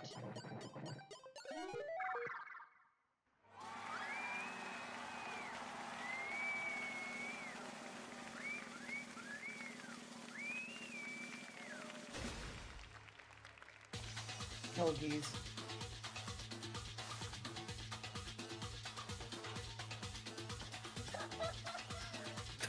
I forgot the fucking Monica right. had a pompadour. Oh no. Yeah, let's go. Cage of death. Death ball him to death.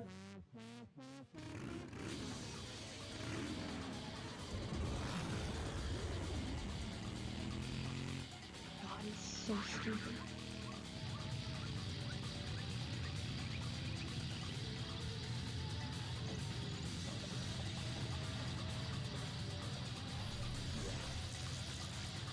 Oh.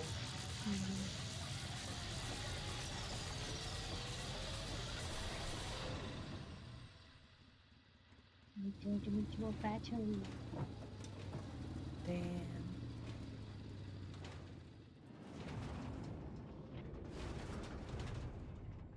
Oh jeez. He's just fucking gone. Mondo butter. Oh jeez. Got me the butter. Pancakes. Oh jeez, Louise. They turned him into butter. Turn him into butter. Yeah, that's about the correct reaction. laugh at death and your soul will forever be at peace. Can't be. My bro. Another murder and another execution. I want to feel again. Everyone's lives were taken so lightly here. I feel like I might be going mad. Maybe I'll just let it happen.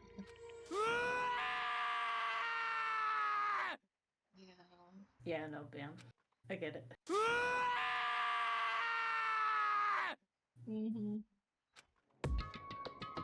As Taka's sad screams invaded our skulls, we were each forced to realize once again. But he, of course, had to, too. Oh, what a disappointment.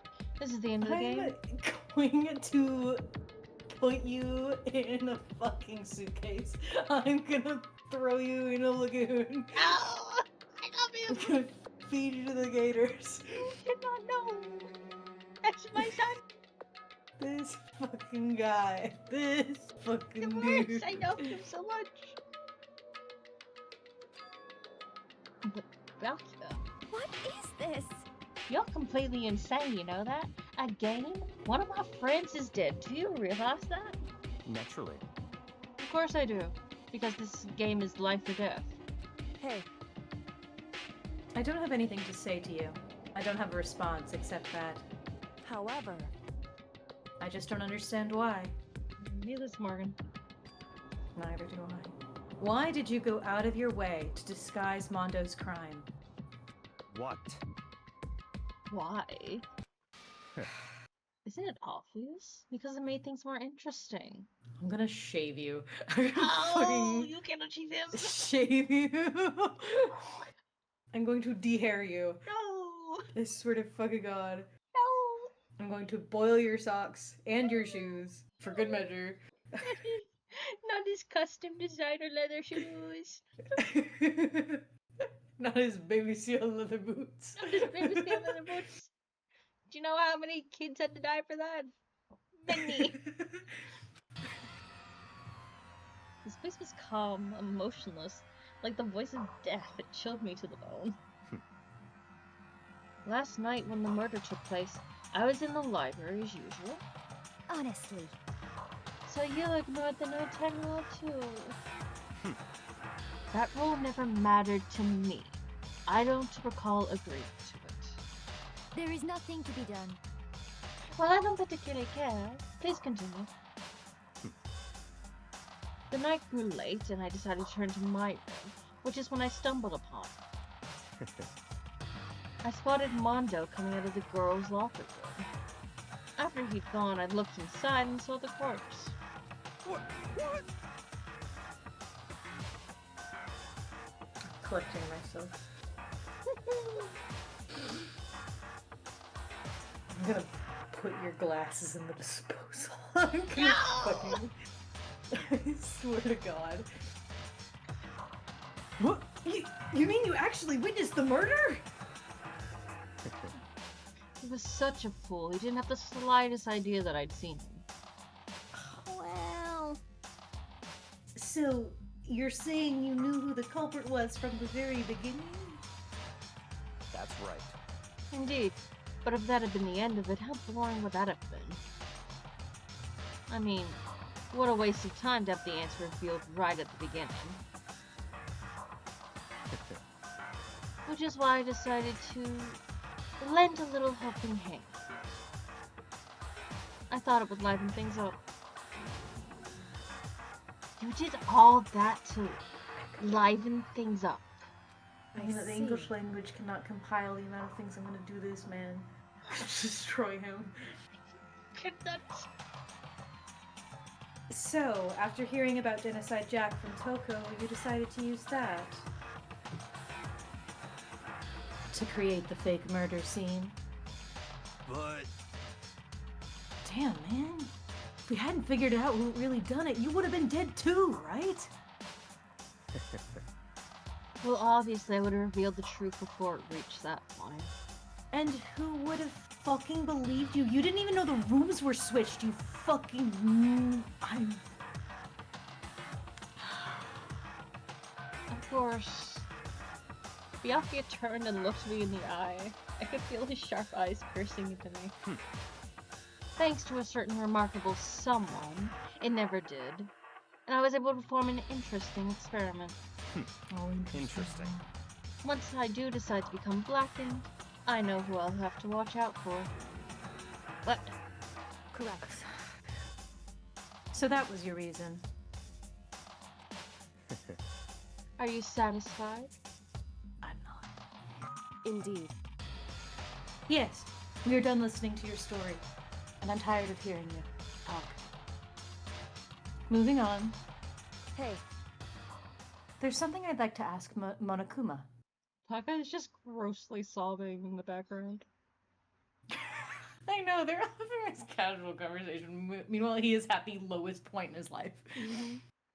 What's this? Oh, I'm up next. Hello. You like to perform these elaborate executions each time, correct? My question is, why? Do you like them? But you know, this punishment, this despair, it's not just for you. All this punishment, all this despair, is my gift to mankind itself. What? You're over-exaggerating. I am not over-exaggerating.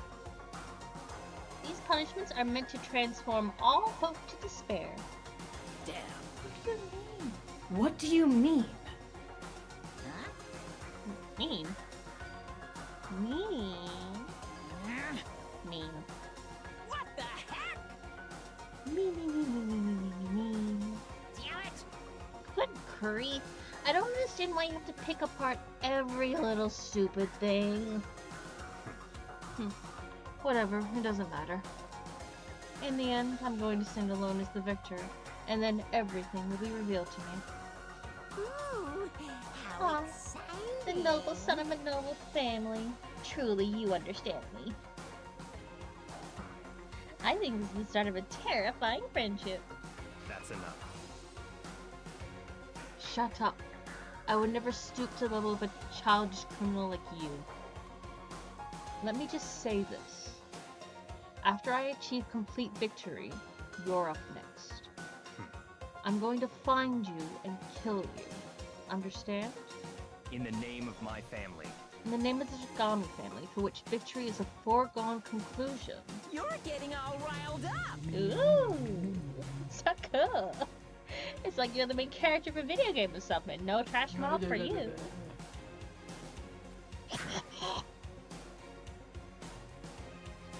I swear, whatever it takes, I will kill you. I'm gonna put you in a box. I'm gonna No, put no, keep it in a box. Gonna put him in a box and put him on a shelf. Temper. Sounds like someone needs a nap. It's Monokuma talking to me specifically. Someone needs a nappy poo. Someone's upset. Oh, someone's angry. Someone's angry. Someone needs a nap. It's 3 a.m. Someone needs a nap. Monokuma's laughter peeled across the courtroom, and the curtains closed in the case of Chihiro and Mondo. But I knew that wasn't the end. The killing game would still continue, because the mastermind wouldn't let it end. For those of us who were still alive, our worst fear and despair kept on multiplying. It was the kind of despair that felt like a blind puppy in hell had more of a future than us. All our courage. That is such an analogy. Yeah. All our courage, effort, friendship, it felt like it amounted to nothing at all. It was the worst kind of despair. Yeah, I am a shapeless. Ow! Well, anyway, like I was saying... Who's this? Who's this? Secret. This is a pretty good spot. Yeah, a really good spot. Anyway, isn't it amazing how that girl went and killed someone before things even had a chance to get boring? Once things really get moving, it'll be like a roller coaster. There won't be any stopping it. Fear and despair charge forward at a speed nothing can hope to match. I must admit, I'm disappointed. I went to all the pain and effort of making you part of the group, and you couldn't play your part. You do remember you were supposed to make the first move, right? Well, no biggie. Nothing we can do about it now, so just do your best to make things more exciting from now on, okay? After all, that's what everyone wants to see.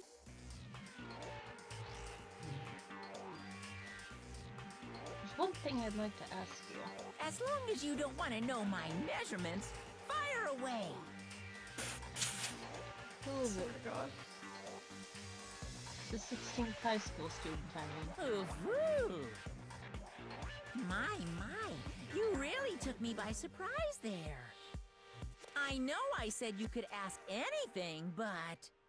Super denied, ultra denied, demonic denied! Because you see, that's my ace in the hole. And nobody be dumb enough to reveal that, right? No matter how close they were to their friends. It's gonna be Junko. It's gonna be Junko back again from the dead. It's gonna be Junko. I touched her dead body, Morgan. The woman he did. Boys died to despair. The end. Man. We have 10 surviving students. He continued. Sam. Let me say. I got the crazy diamond present. I'm so glad. Troopicon, finish chapter 2. Now I don't want you. No, nothing's happening. There's nothing happening. Going back to the title screen so that Morgan can chat it.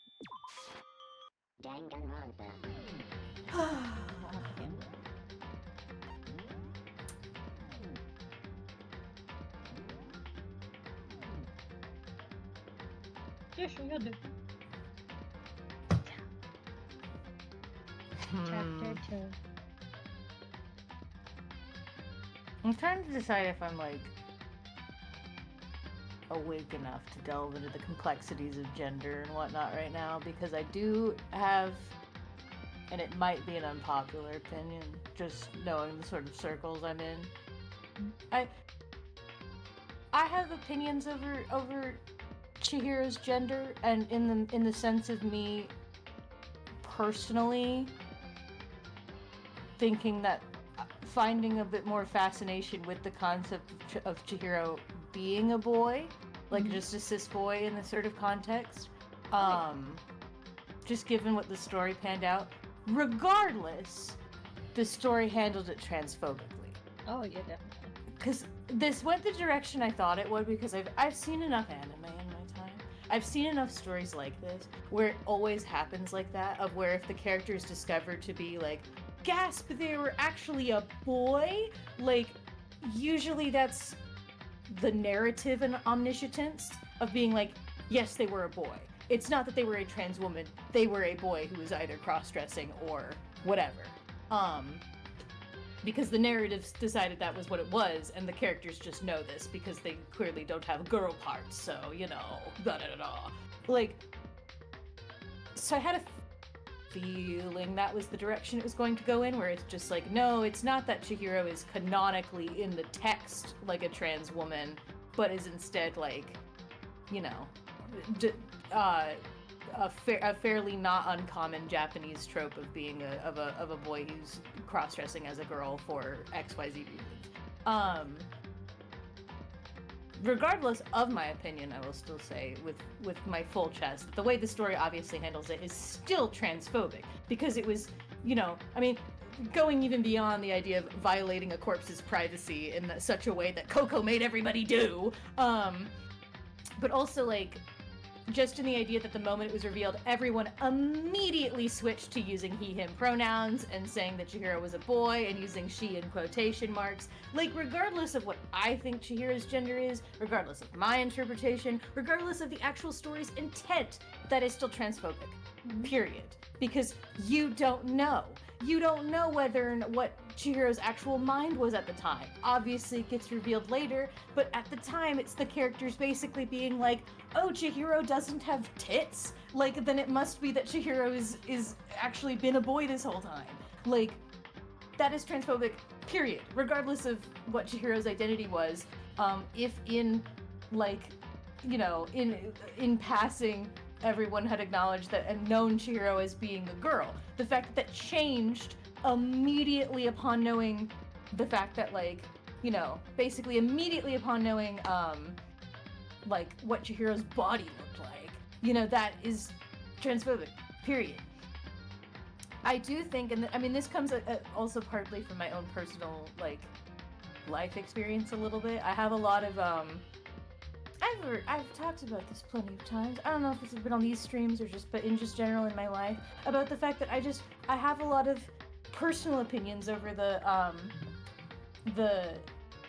concepts of, like, men struggling with masculinity, men struggling to accept, like, balancing their life with the identity of being a man versus gender nonconformity, or that sort of thing. So in that sort of aspect, the idea that Chihiro, the idea of Chihiro, in this interpretation of what the game I think is intended interpretation is, putting aside the transphobic reactions everybody had, of Chihiro being a boy who is constantly told fairly, like, you know, very demasculating, very, like,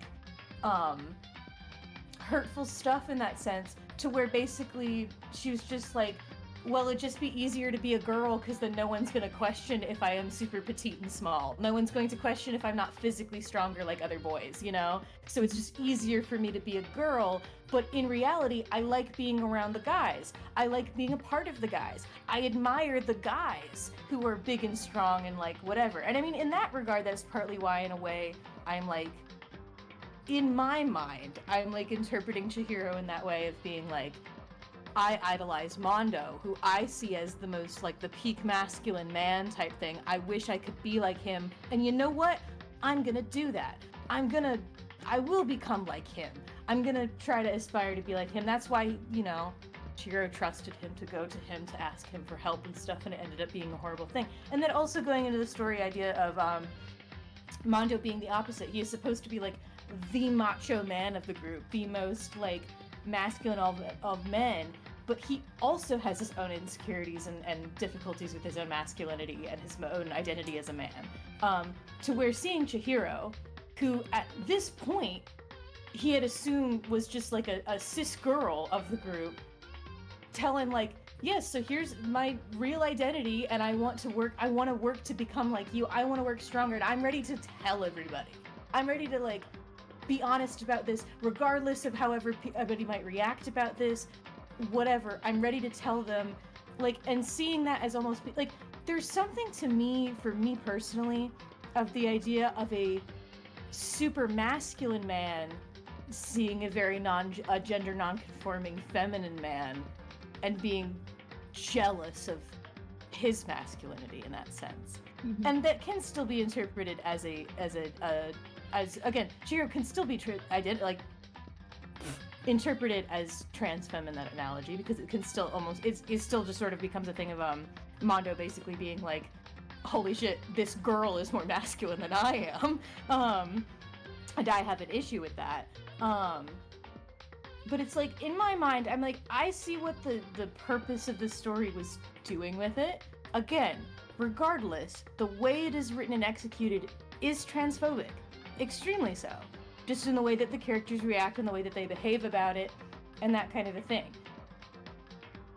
I can also, like, so it's like, in a lot of ways, I'm like, I wouldn't personally care whether or not people, would interpret Chihiro as just being a trans girl, as being a cis boy. Part of me in the moment is almost thinking, like, you could also interpret this as being a trans masculine allegory, if I'm being honest. Because this could be a thing of, like, because this also would speak to me in a sense of it being, like, if Chihiro was born a girl and was, like, I want to be a boy, I admire boys, I like being around boys and all that, I'm being friends with boys and all this sort of thing, I want to be a boy, but I am this little girl, and I cannot, like, I am a small petite girl and I'm not going to ever look masculine and big like other guys are, so I'm just going to have to be closeted and whatever. Oh, so yeah. like Trans-masked Chihiro is such a strong vibe. Like, I love it so much.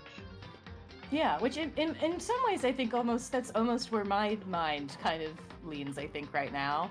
Because I'm like, in some ways that makes it feel a little less transphobic the way that people reacted almost. Maybe if it was like that, instead of it being like, oh my god, Chihiro has a penis, instead of it being like, oh what, Chihiro's wearing a binder, what the fuck? Like, I didn't know. Like, that I think would almost feel less icky, just a little bit. That's obviously not the intention of the text, hence why it is still transphobic, regardless. But trans-masked Chihiro also has a very particular vibe to it that I think is kind of like, is very interesting to think about. I say this all carefully because I can already tell that this is probably a subject that has caused so much controversy, because I know that any possible conversation about queer identities and anime characters never has a civil conversation around it. I'm staring at One Piece, which I have never watched in my life, but I see people fight about one particular character every other goddamn day. And argue about whether or not that character is like actually a trans man, or no, that's not what the text intended, and blah, blah, blah, blah. And I'm like, at the end of the day, the text is the text. Do with it what you want. If you see the text and be like, oh, this resonates with me in a very XYZ way, then it resonates you in that XYZ way. If it resonates with someone else in an ABC way, then it resonates with them in an ABC way. That's the beauty of art. And then, like, gender is so complicated. There's like, I think that in so many ways you could interpret, regardless of the way you interpret Chihiro, there's no cisgender way of interpreting Chihiro, in a sense.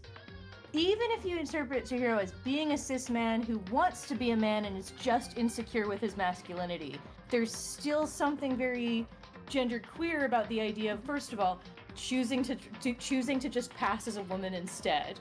That's still a very, like, still a very genderqueer way. In a sense, it's just a very different sort of transition with that. But also the idea of, again, just physically not being gender conforming, and that's still gender dysphoria. Even if it's a cis man just being insecure with himself, that's still gender dysphoria. And that's a thing that is very difficult for people to explain to certain people, of like, hey, did you know that, like, even if you're a cis person, if there's something about you that you feel insecure with because you feel like it doesn't align with your gender, that's gender dysphoria. Like, so it's like, regardless, Chihiro is very much not a cisgendered character, regardless of whatever. But the text is still, again, text is still problematic. We all came in here knowing this. And again, we're just not looking at Toko right now. Toko, you're over there. And if anything, I will give a certain amount of props to the fact that even though obviously I didn't know the full complications of it, the fact that I saw Chihiro and I was like, you're not just a cis girl. Like, you're just not. The fact that I knew immediately, I think speaks for something, even if I didn't say it out loud like a dumbass. But like, literally I didn't say it out loud just because I didn't want it to sound weird that I was just making that weird leap in logic. Or that, like, the idea of, like, where that assumption might have been coming from. Like, but still, there was clearly, I was like, oh yeah, something's up there. I don't know what it is, but, like, probably just a headcanon, don't worry about it. Don't worry about it. Couldn't have been more correct. But anyway, that being said, also, just in general, what a problematic case in general, eh? Because not only did we got the transphobia over there, we also got the ableism over there. So, like, we're having a full party over here, because that's not even touching the whole, obviously, everybody, obviously, the presentation of DID on display is not accurate. It's not very accurate. It's disrespectful. So inaccurate. Plays into a lot of really problematic tropes that a lot of people with DID and similar conditions deal with constantly. And still, like, media that still interprets it in such a way to this day. So we take it as it is, though, as a piece of media that exists. At the very bare minimum, at least that wasn't the actual, like, oh yeah, she did kill them, wow, and whatever. I still don't think Tomo's making it to the end of this, unfortunately. I have a feeling that Tomo will probably die. Or kill someone else, just probably not for the same, obviously for the same reasons as what was just put on display. I am curious how the rest of the story is going to take this now that this information is public. I'm cautious, I'm wary of it, but I'm curious. I'm warily curious. Also, Byakuya, what the fuck? He's just a funky little guy. I'm It's that lovely little firestorm of like, guy probably got low empathy just to deal with, was raised in an environment where it's just like empathy in any capacity will get you to the bottom of the rung and get you like kicked out of the house, and the runnings to become like the heir to the family name. You have to succeed no matter what. I'm going to and I just hold him, and I'm just like, you're such a problem. You're such a gaslighted us for half a fucking thing. He did. Just because he just wanted to test to see if Makoto could like figure it out, and he was just like, oh yeah. I don't care. It was dumb.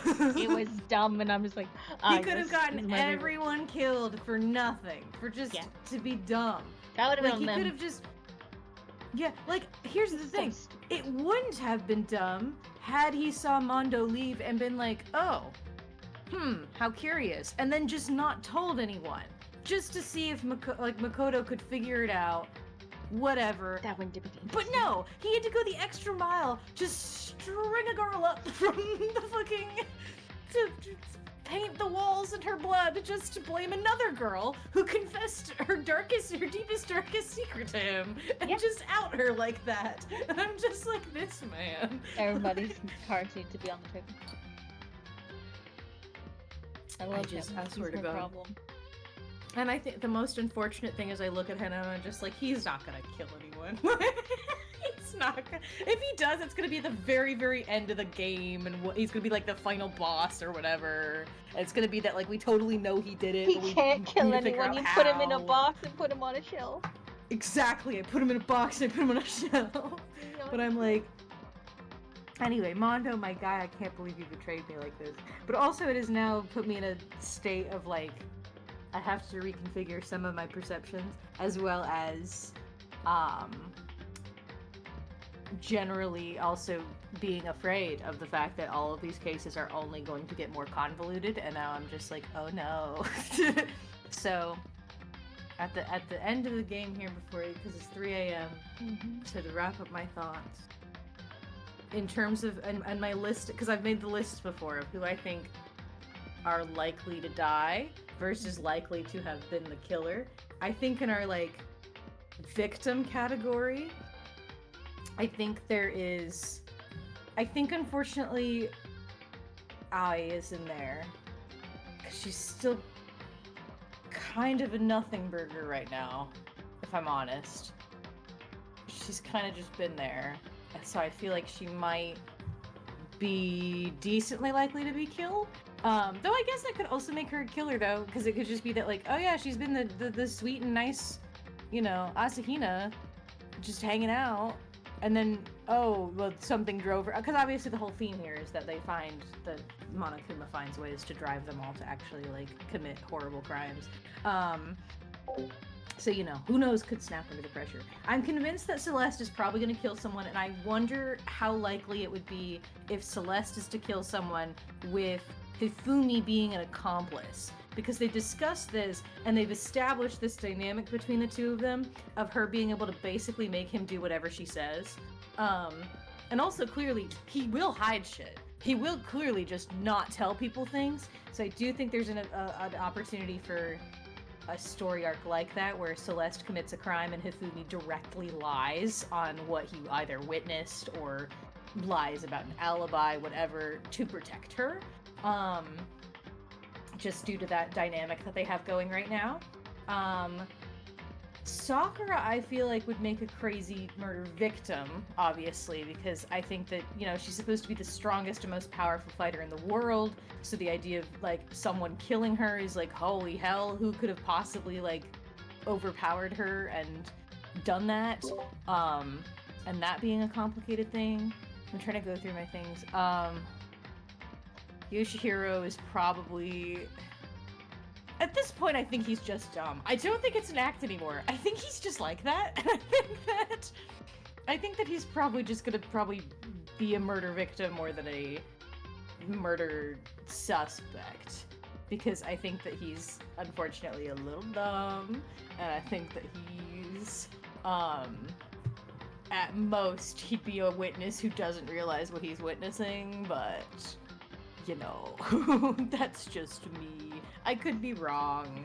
Of course, there is now the mystery of who this fucking mysterious person who's actually working in secret with Monokuma is.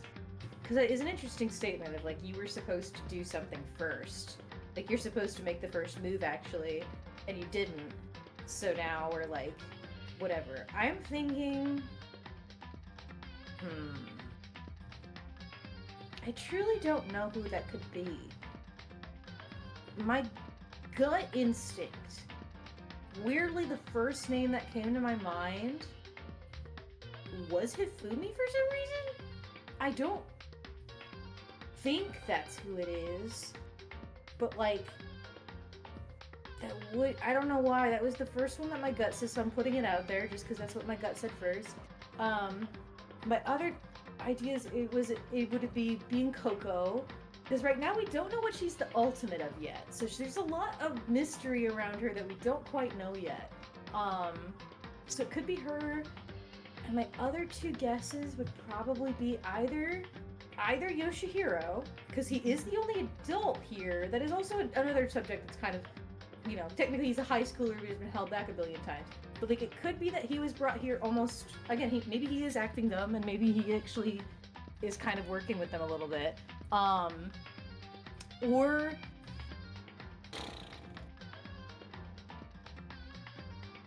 I mean, maybe it could be Celeste. That feels like it's a very plausible thing. I mean, again, she just gives... Again, I think she's gonna kill someone. So, like, if she dies, I will be surprised. And me just saying that out loud makes me think that probably that is actually very likely to happen. But again, I don't know how much... So far, I don't know how much they're gonna subvert my expectations, because with our first two, we've had two victims who I fully believe, if you look at them just purely on design and like story-wise, like, yeah, the two like sweetest girls here dying. Wow, shocker.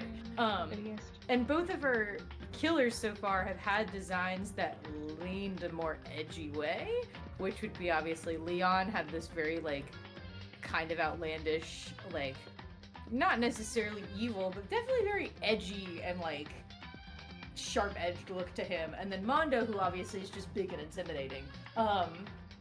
So it just kind of becomes a question of, is that still going to be a thing where all the characters are designed in that sort of way, of where like you can kind of tell who's supposed to be the villains and the good guys? Or I have a feeling they're gonna subvert that. I have a feeling, I don't know if it's just gonna be in the next case or it's gonna be 4 and 5 where they subvert that and it becomes more of a question mark. Because obviously our numbers are dwindling. But Celeste is definitely just kind of designed like a bitch. So like, so I think it is very likely that she kills someone, or maybe she's working with Monokuma or whatever that might be. Toko. I haven't even mentioned Toko. I think at this point, now that they've established this, you know, the DID situation, I think she's either gonna end up being a victim, just to like get that sort of red herring out of the way or whatever, or she's going to be, she is going to be a killer, but it's obviously not going to be Genocide Jack, it's going to be Toko who did that. And it'd be for whatever fucking reason there ends up being. I will say we've had 2 girl victims and 2 guy killers, so I am curious if we're going to switch that up in the next one. Because so far it's been 2 girls and 2 guys. Not that they have to, it's just more of a thing that I noticed these trends, so I'm wondering if we're gonna switch that up or if we're just gonna go with another girl dies and it's, you know, whatever.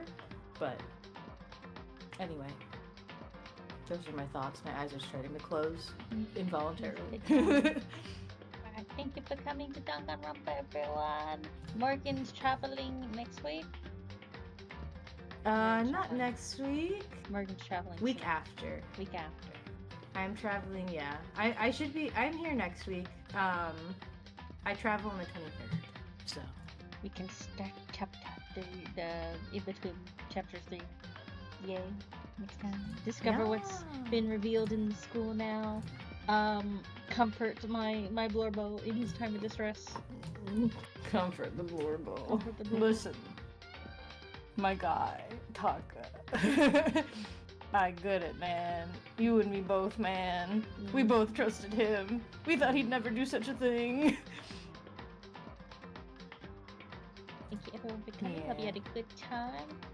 Make sure you have a good rest of your day, afternoon, night, wherever you are in the time zone. Bye-bye. Yay! Bye-bye.